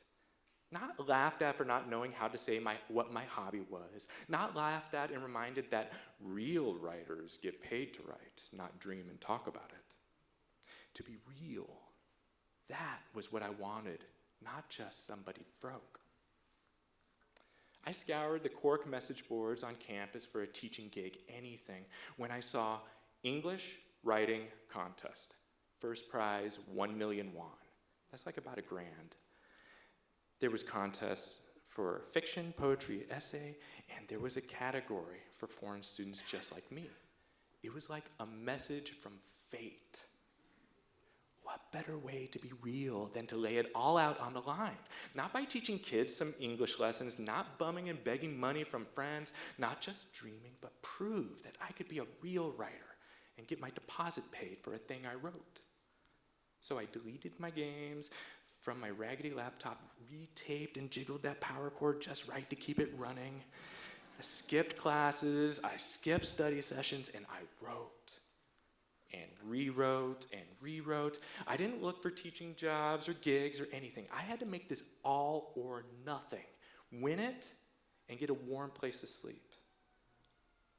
Don't sleep shamefully on cold couches of every friend I had and know that I was just a wannabe.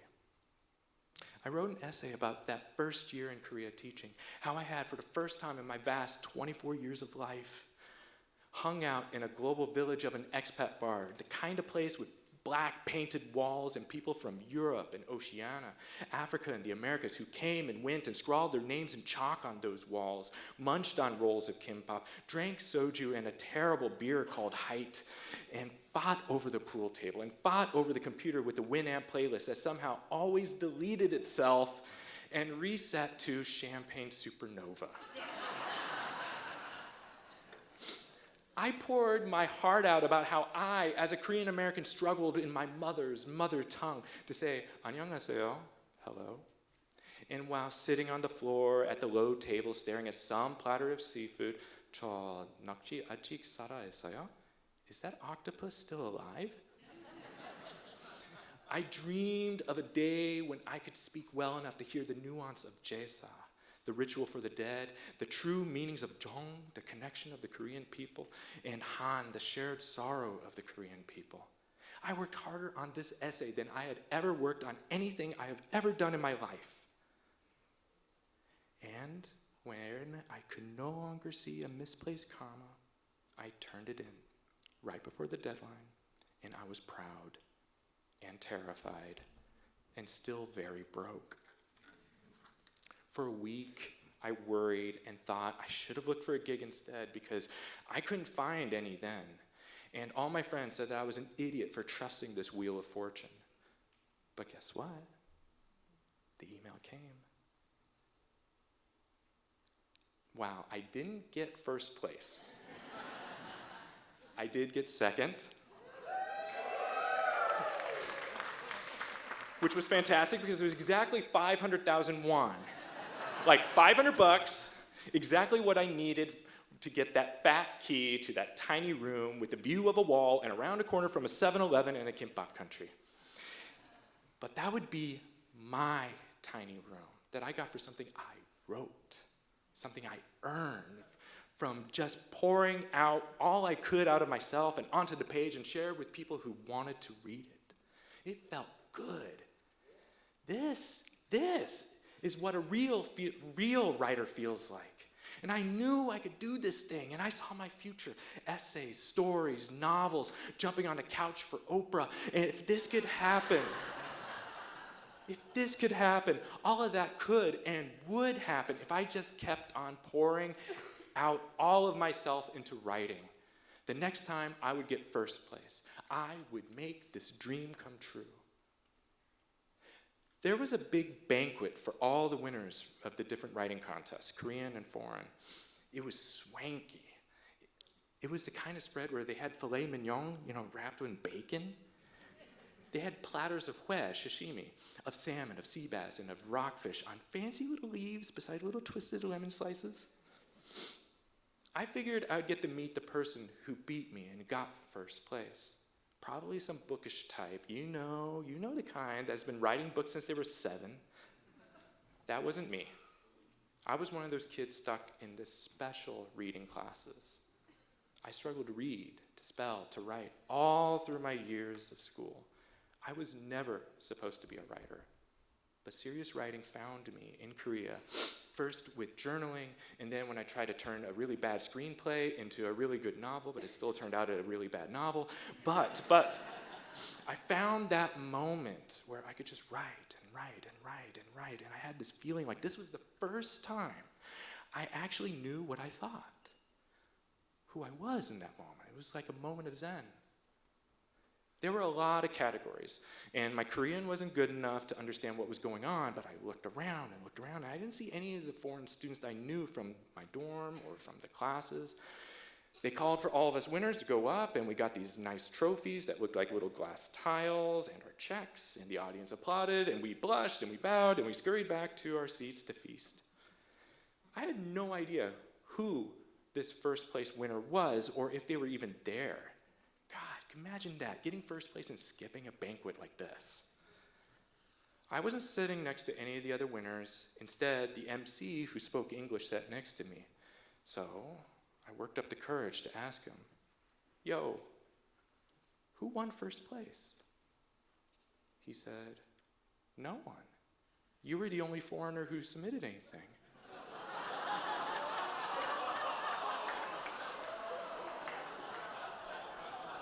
Then he ate a slice of salmon. I got that queasy feeling, not quite throwing up, but that I really should have studied harder feeling. Maybe they didn't have a budget. Maybe he was just screwing with me. So I said, "But I got second place." He said, you didn't write well enough for first place. I couldn't eat anymore. My writing wasn't even better than the idea of another writer.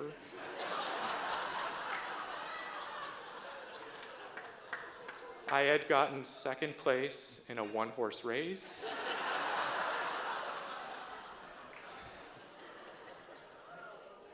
And I was just the dumbest of dumb kids again.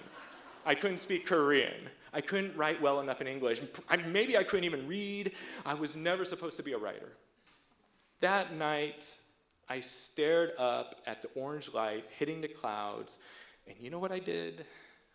I wrote a question in a little pad just like this one that I always keep in my pocket. Is this what a real writer feels like? Within a few weeks, I had that room thanks to the money, and I wrote a little each day without hope and without despair. That's a quote from the author Isaac Dennison that I took to heart. Write a little each day without hope and without despair. Even when I had to get another job, no one published anything I wrote, I kept writing a little each day without hope and without despair. Later, right before one of those surgeries where they have bright lights like this and the doctors lean over and say, hey, there's a chance you might not wake up, I had this thought about what I had done that day that I had loved to do, and it was writing. In writing, I learned what I really thought, what I really imagined, what I really dreamed. Whether or not anyone else said it was good enough for pay or good enough at all, I still just wanted to write more, write better, write until I die. It was then I decided that that is what I would do if I woke up. And that was my third epiphany. This is what a real writer feels like. And I woke up. And I write. First timer, y'all. We all need to check out his book, for sure. Yes. Okay, rolling through 2 more, get ready. I hope y'all use the restroom in the break. All right.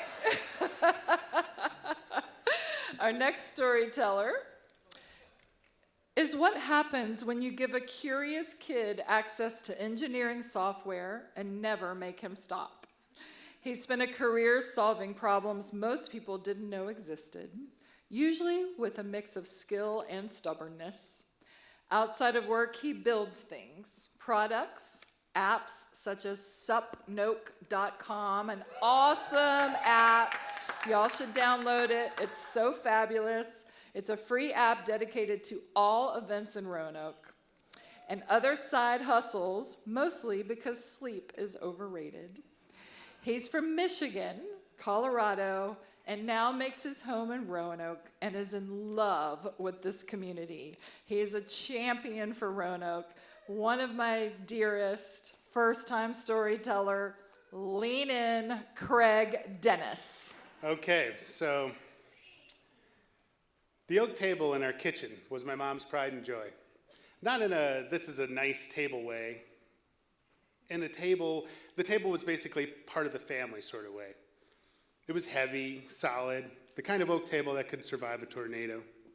Took 3 people to move, more like a piano. It had a smell too.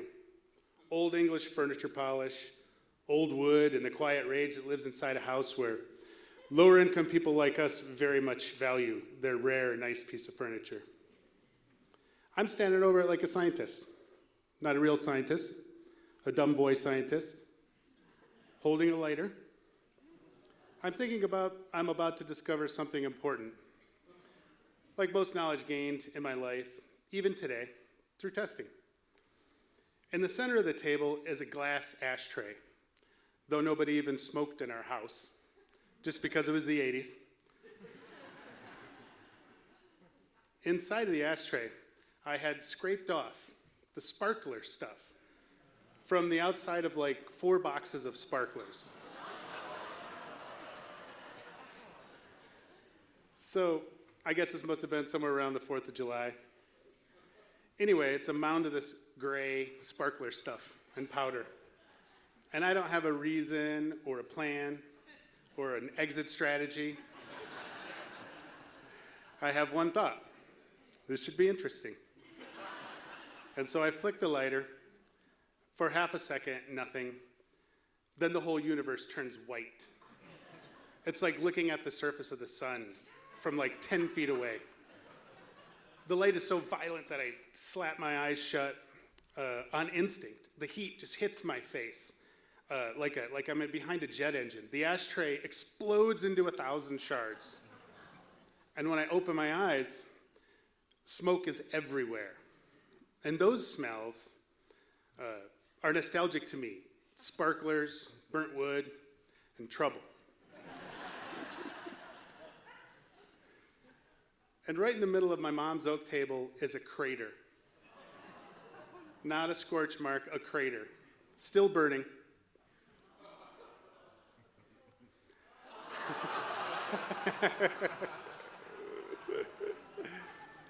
I stare at it, heart thumping, and I do the only thing my brain knows how to do in moments like this, which is clean it all up, sweep up the glass, wipe up the suit, and then put a placemat over the crater like it never happened.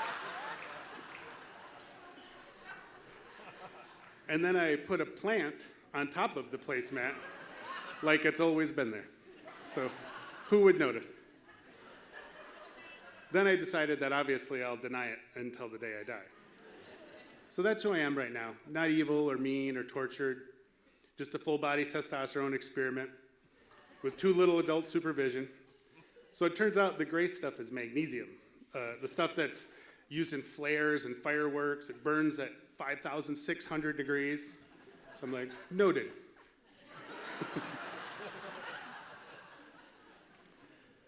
So a few months later, it's some random afternoon in Otsego, Michigan, where I come from. Podunk, small, quiet, the kind of town where if something happens, everybody finds out.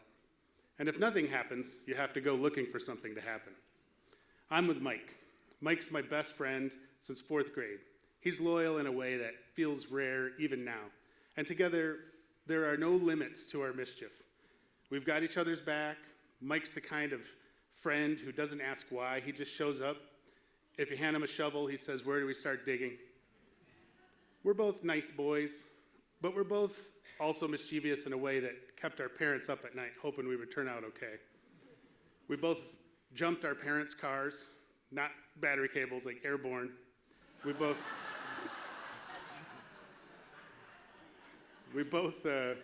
crashed our first cars within 2 weeks. Warning labels were perceived as dares. We're in Mike's 72 Charger. It was awesome. Sublime green. Not sublime, sublime green. Jacked up in the back, mag wheels, drag style, Pioneer speaker boxes on the rear deck, Shout at the Devil or White Snake or Skid Row in the cassette player, rocking our faces off. We're bored. That's the actual villain of the story, is boredom. So we roll up to our buddy Chris Smith. He's so naughty and adorable. Look at that Teen Beat shot. He's even more mischievous than we are, full of awesomely bad ideas. Chris says something like, "Hey man, check this out. I've heard this works," and proceeds to give us a new idea. Mike and I think it's brilliant. Brilliant like, this will absolutely work because we're also obviously brilliant, cunning and smart. And we don't know really how Chris is so sure it'll work, but it's a money-making scheme. Dollar signs light up in our head like jackpot. Best case, we got some money for gas, snacks, weed, video games. We're basically going to be rich.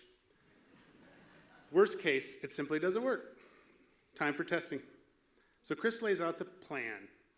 We're going to photocopy dollar bills.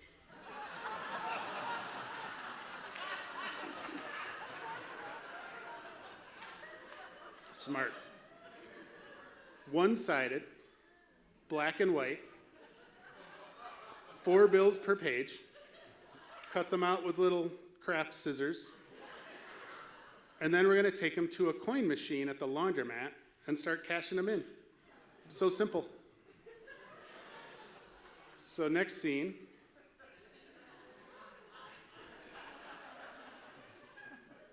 We're at the laundromat.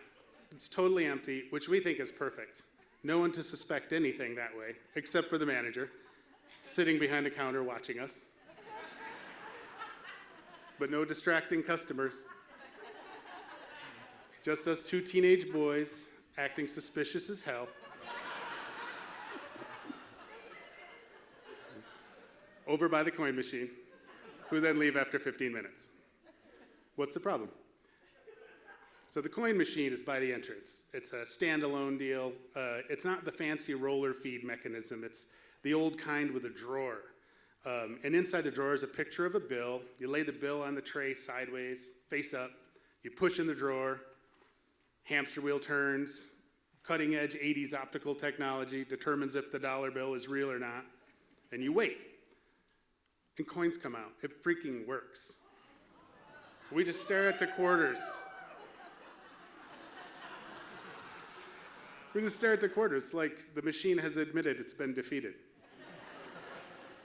Like we discovered a cheat code. It feels so exciting. Mike looks at me like, did that just happen? And my heart is pounding, but not from fear, from success. So we do it again and again and again. We stop at $12, because that's all we had. But $12 in the late 80s, that's enough to be excited about. That's enough to make the worst thing happen to our brains. It's enough to make us feel confident. So obviously it's time to scale operations. So I don't even remember where we made the first copies. I think at the high school. We need a copier now, though. It's at Seago, Michigan, in the 80s, and your options are limited. The library's too far. We're too lazy. So we go to the post office.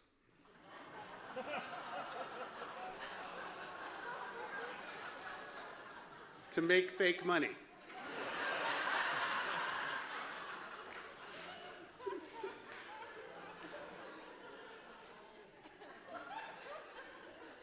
Smart.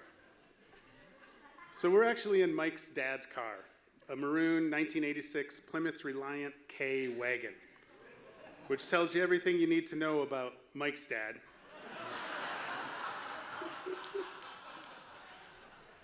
Practical, no nonsense, the kind of car that has never once been involved in a great idea. We park in the alley beside the post office. We're standing at the copier, feeding in the paper, pressing the buttons, acting like we're doing homework. Copier makes its noises. Everything feels normal, easy. I think we're both feeling like we might actually be unstoppable. Then I glance out the window in the alley. In front of the Reliant K wagon, a cop car pulls up. Red lights, not just full siren, not chaos, just lights. And for the first time in this whole adventure, a thought enters my head, a tiny, terrifying thought. This might be illegal.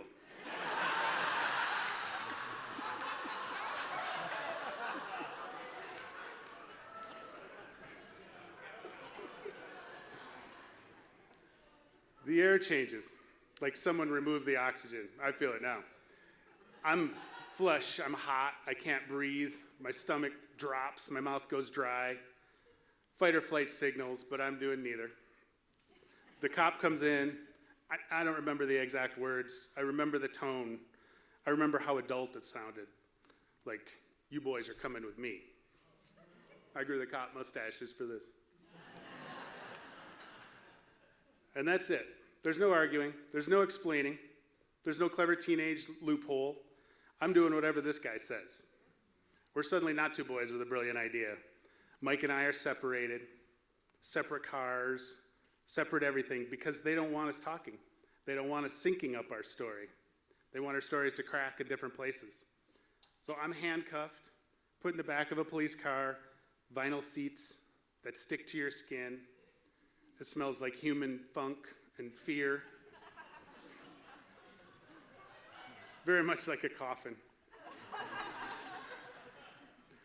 I remember that. Pure dread. I'm sitting there realizing I don't have a plan for this part. I hadn't thought past our win, past anything, really. Then I'm in a questioning room, an interrogation room. Like, holy shit. I spent a long time sitting, intentionally in hindsight, I think. Time stretches, they purposefully let us sit there for 2 or 3 hours before even calling our parents. I remember feeling terrified, like things can happen to you that do not have do-overs. At some point, I have to call my dad. My dad gets a fancy lawyer. I'd never met this guy either, and he seemed serious as a heart attack too. It occurs to me that fancy lawyers don't show up for nice boys. The details blur after that, really. I remember the outcome, though. We'd never been in trouble before. We were 16. It turns out that our buddy Chris Smith had vetted this idea to the tune of about $40 before telling us about it. That's how he knew it would work.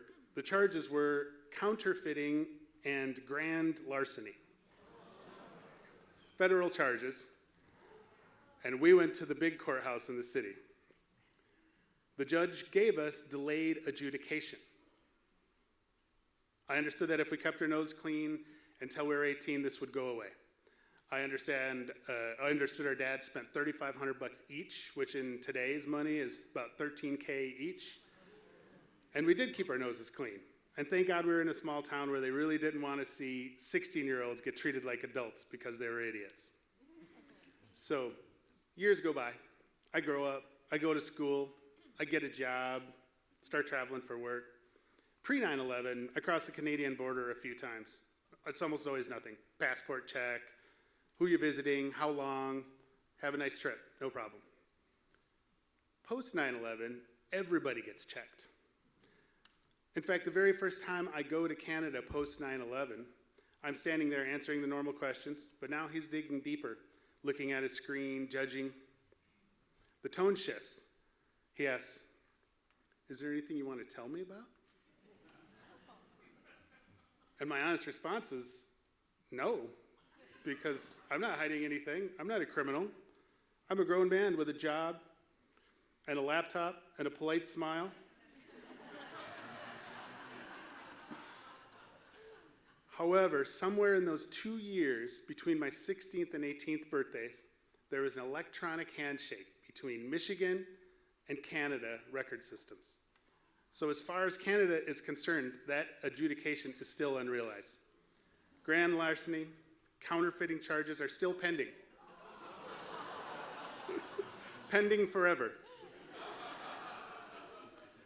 And as I'm telling you this, 40 years later, you know, a guy with a somewhat fancy job at a mega-sized engineering company, a professional, I get pulled aside every single time that I visit Canada. Since 9/11. I do the normal passport scan. I wait with all the other normal foreign visitors. I go up to the border guard, and they literally scrawl in red poster marker an X on my visiting papers. And I get sent to the terrorist line for additional questioning. If there were trapdoors, I would fall through them for sure. In line, there's that smell again of human funk and fear. Just like that old cop car, where the lights are bright and the moods of the custom officers are sour and untrusting. In the past, I felt a little humiliated, but I'm way over that. Plus, my colleagues love to rib me for it. They certainly know to never schedule meetings for me on days when I land in Canada. It could literally take hours. One time I recently asked a customs officer after I told him the story, "What do you see there on your end? Why am I here in this line?" This guy was friendly to me. He literally dug into his systems for 15 minutes trying to find an answer, but discovers that their database doesn't go back to 1986 anymore. And he's like, "I shouldn't do this," and he kind of moves his monitor towards me. And he says, "That checkbox in the corner, secondary screening." He says, "As long as that's there, this is your line." So naturally I ask, "How can I get that removed?" He says he's never seen that happen before.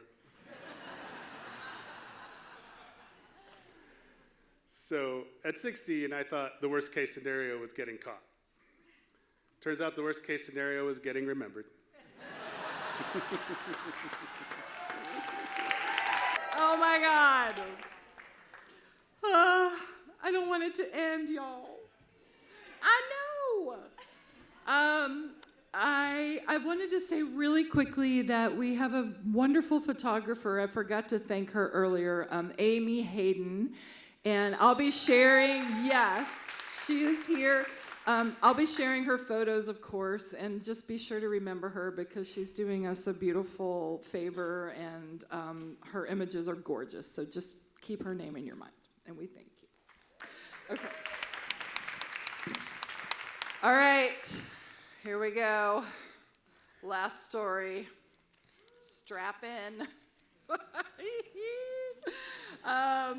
And also to the storytellers, just know to stick around because we're going to come back up here at the end. Okay. Our last storyteller. She works for a local nonprofit helping job seekers access career coaching and training services. She also serves on the Blue Ridge Literacy Board as secretary. We love. She loves spending time with her husband, children, and friends, and her absolute favorite thing is to laugh, and also making other people laugh. And get ready. First-time storyteller, old friend, so happy she's taken the plunge. Hands together, Stephanie Martin. Imagine it was 2001. I was fresh out of college, 22 years old, and on a plane to Las Vegas. Bright lights, big city, you know? And little old me, ready to be doused in sequins and feathers. But I wasn't there for fun. Oh no. I was there for serious business. Bowling business. I was working in marketing at AMF Bowling, AKA American Machine and Foundry, for all of those who are interested. And I was responsible for the biggest amateur bowling tournament of the year. People from all over were flying in to try their hands at taking home the title of top bowler, and I was their cicerone. We had even brought in some professional bowlers to help set the tone, and my partner in crime was none other than 1988 Olympic bowling coach Dale Niemela.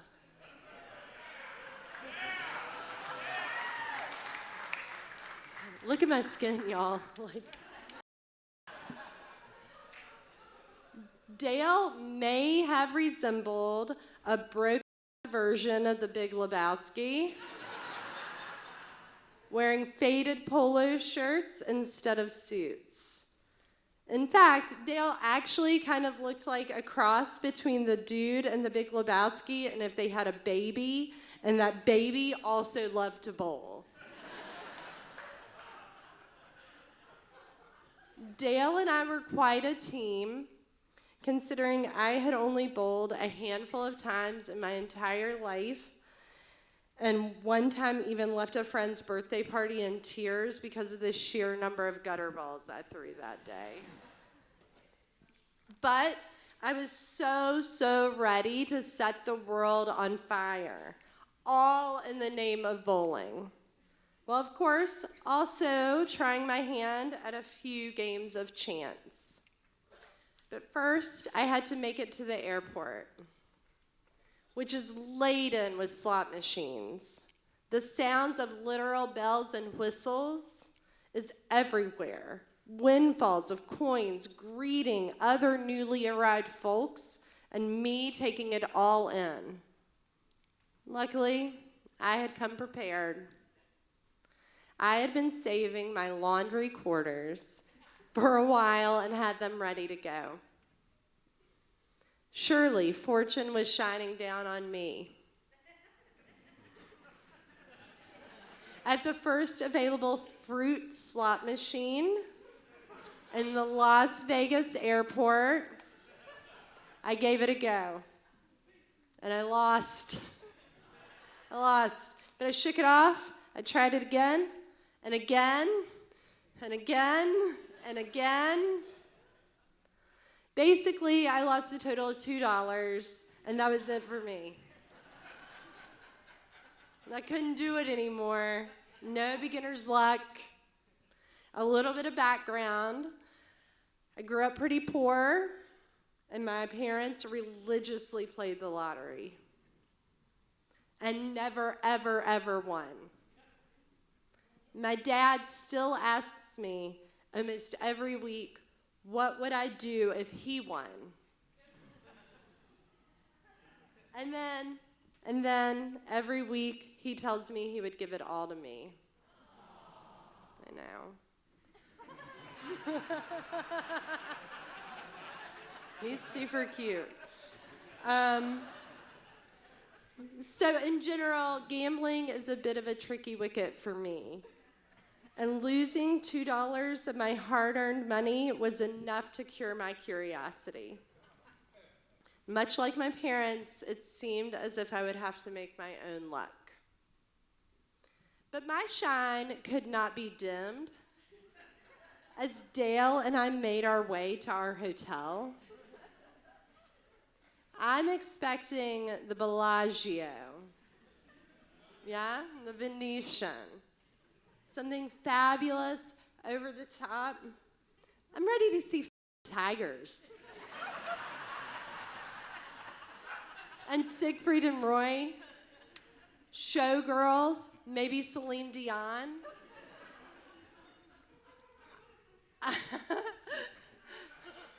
I'm ready to eat at Spago and blow on someone's dice.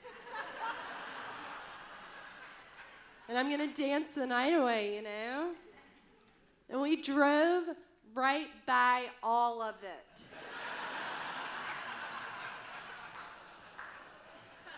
Because we weren't staying on the Strip. Oh no, we were staying in old Vegas. Not so shiny, not so fabulous. But it's still Vegas, right?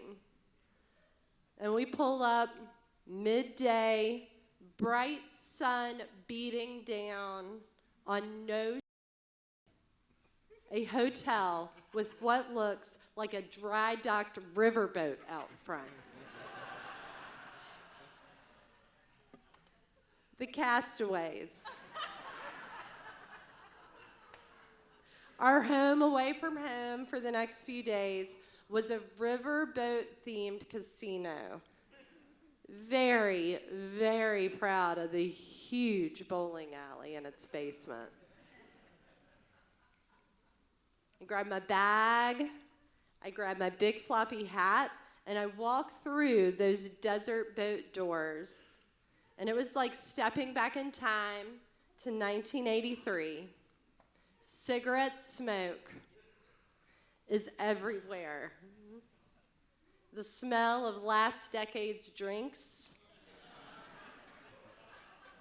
hangs heavy in the air, and the lights are dulled. They're not darkened, they're not dimmed, they are dulled.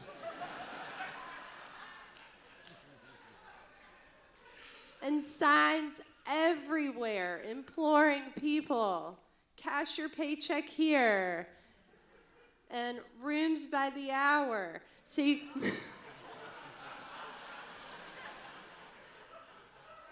you can take a break and get back to it, you know? But the sounds are what really mattered.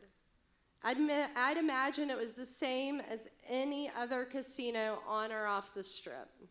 Coins falling, alarms ringing, bells sounding, and dealers and patrons alike yelling for attention. None of this could distract me from my job, however. Putting on the best bowling tournament I could. And I was already in demand. Part of my gig was to hang out with the bowlers and spend time with them, both professional and not. Bowlers of every shape and size were milling about with the same gleam in their eyes I had. I mean, we were in Vegas, and these folks loved three things: drinking, gambling, and bowling.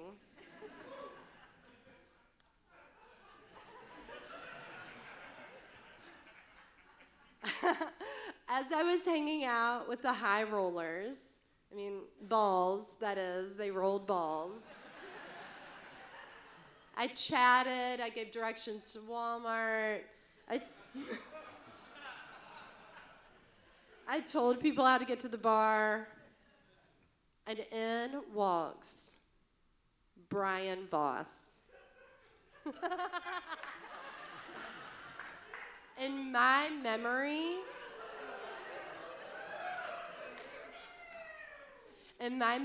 he's moving in slow motion. Everyone stopped what they were doing to watch him enter the room. The Brian Voss, y'all, 25-time PBA champ, PBA Hall of Famer, and turns out a pretty nice guy. The sea of bowlers parted, and I welcomed him to our little old bowling tournament. And as we chatted, I told him about my big loss at the airport.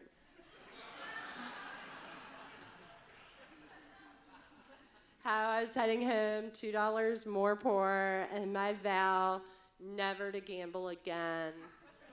And he howled with laughter. But once he stopped laughing, he said he would give me the money to play blackjack with. Well, I was in. It's not my money. Okay. So we found a table. He gave me a handful of chips.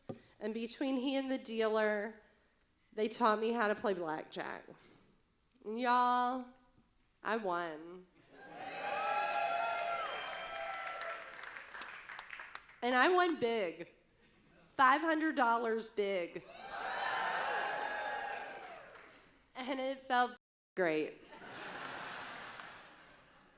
That feeling of taking a chance in the first place and the feeling of winning and coming out on top, that must be why so many people keep going back.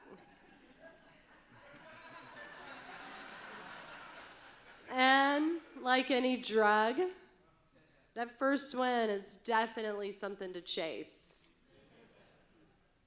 And chase it I did. And I kept winning. If my dad could see me now, would I even come home rich? What? So bright and early the next day, hundreds of hungover bowlers descended to the bowels of the basement, of the steamboat basement, to find a 106-lane bowling alley waiting for them. I fact-checked it because I was like, there's no way I can remember that. But yeah, 106 lanes. Lanes gleaming, pins standing at attention, ready to be knocked down by balls of all weights, colors, and flair. I brought my own swag, just in case. My custom shoes, and ball drilled to fit my hand. But I was no match for these diehards. And so it began, bowling all day long. One by one, teams of fellow castaways were knocked out of the competition until there were just two left standing. The final game began, and it was over in no time. the boys from Beaufort, South Carolina, had won, and Dale Niemela, ultimate kingpin, stood on that tiny stage just a bit to the left of the snack bar.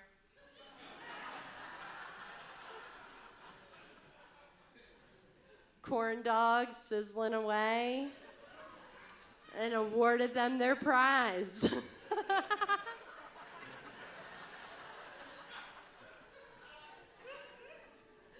A giant check made out for $20,000 and a trophy that was taller than me. As the hubbub died down, I chatted with those Beaufort boys.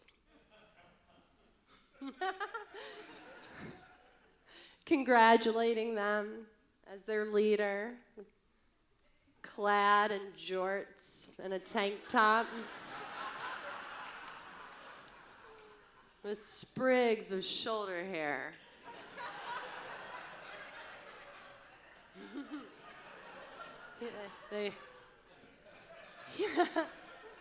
He asked me, "You bowl?" And I demurred, giving a non-committal some. And he leaned in and he said, "If you come up to my room, I'll show you how."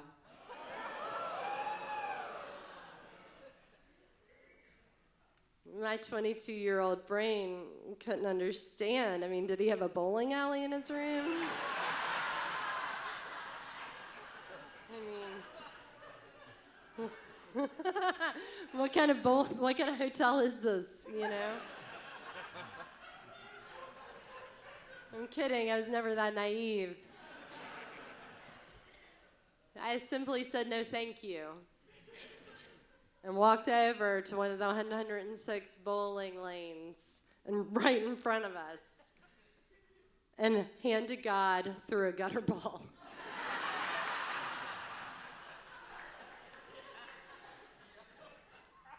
Anyway, 2 days later, battle-weary and proud, we drove back past the Bellagio and the Venetian. And oh, by the way, I did get to eat at Spago. And I was getting all my papers, because this is like a long time ago, so I had like papers for tickets, right? And I was getting them all ready for the airport. And in my wallet, there was a clean, crisp $100 bill. You know, all winning streaks come to an end, and mine certainly did, sooner than later. But I did still come out ahead.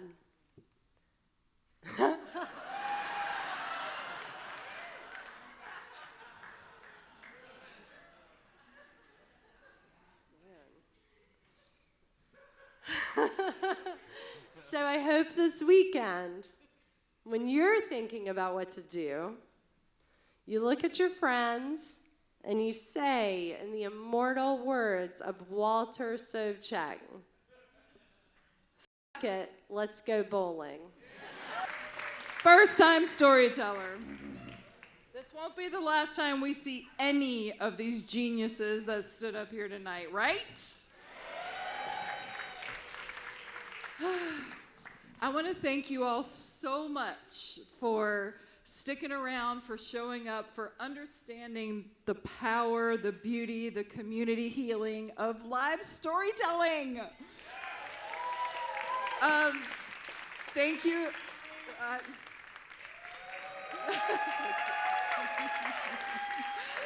I love this so much, y'all. I love it so much. Thank you again to the Grandin, to Sam, to Corey, to Amy, to MB and Joe out there, and Edie, and Blue Ridge Echo, and to y'all. Thank you. We feel this love up here like you cannot believe. So, of course, without further ado, I want to bring these 8 unbelievable humans up here. Please come see us in May. Come see us in August. Think about pitching a story. It's the most empowering thing you can possibly imagine. And I imagine these first-timers are feeling the love. I know we will see them again. So thank you for understanding what storytelling does for the world. We're healers. We go out into the world. We take our smiles and our love and our vulnerability and all the things that we learned tonight, and especially the magic, and we spread it out there, and we start to heal the world. And I believe it 1,000,000%. So thank you all so much. Don't forget to tune in to Hoot and Holler Radio, Sundays at 2, all the things. Let's get these 8 amazing geniuses back out here.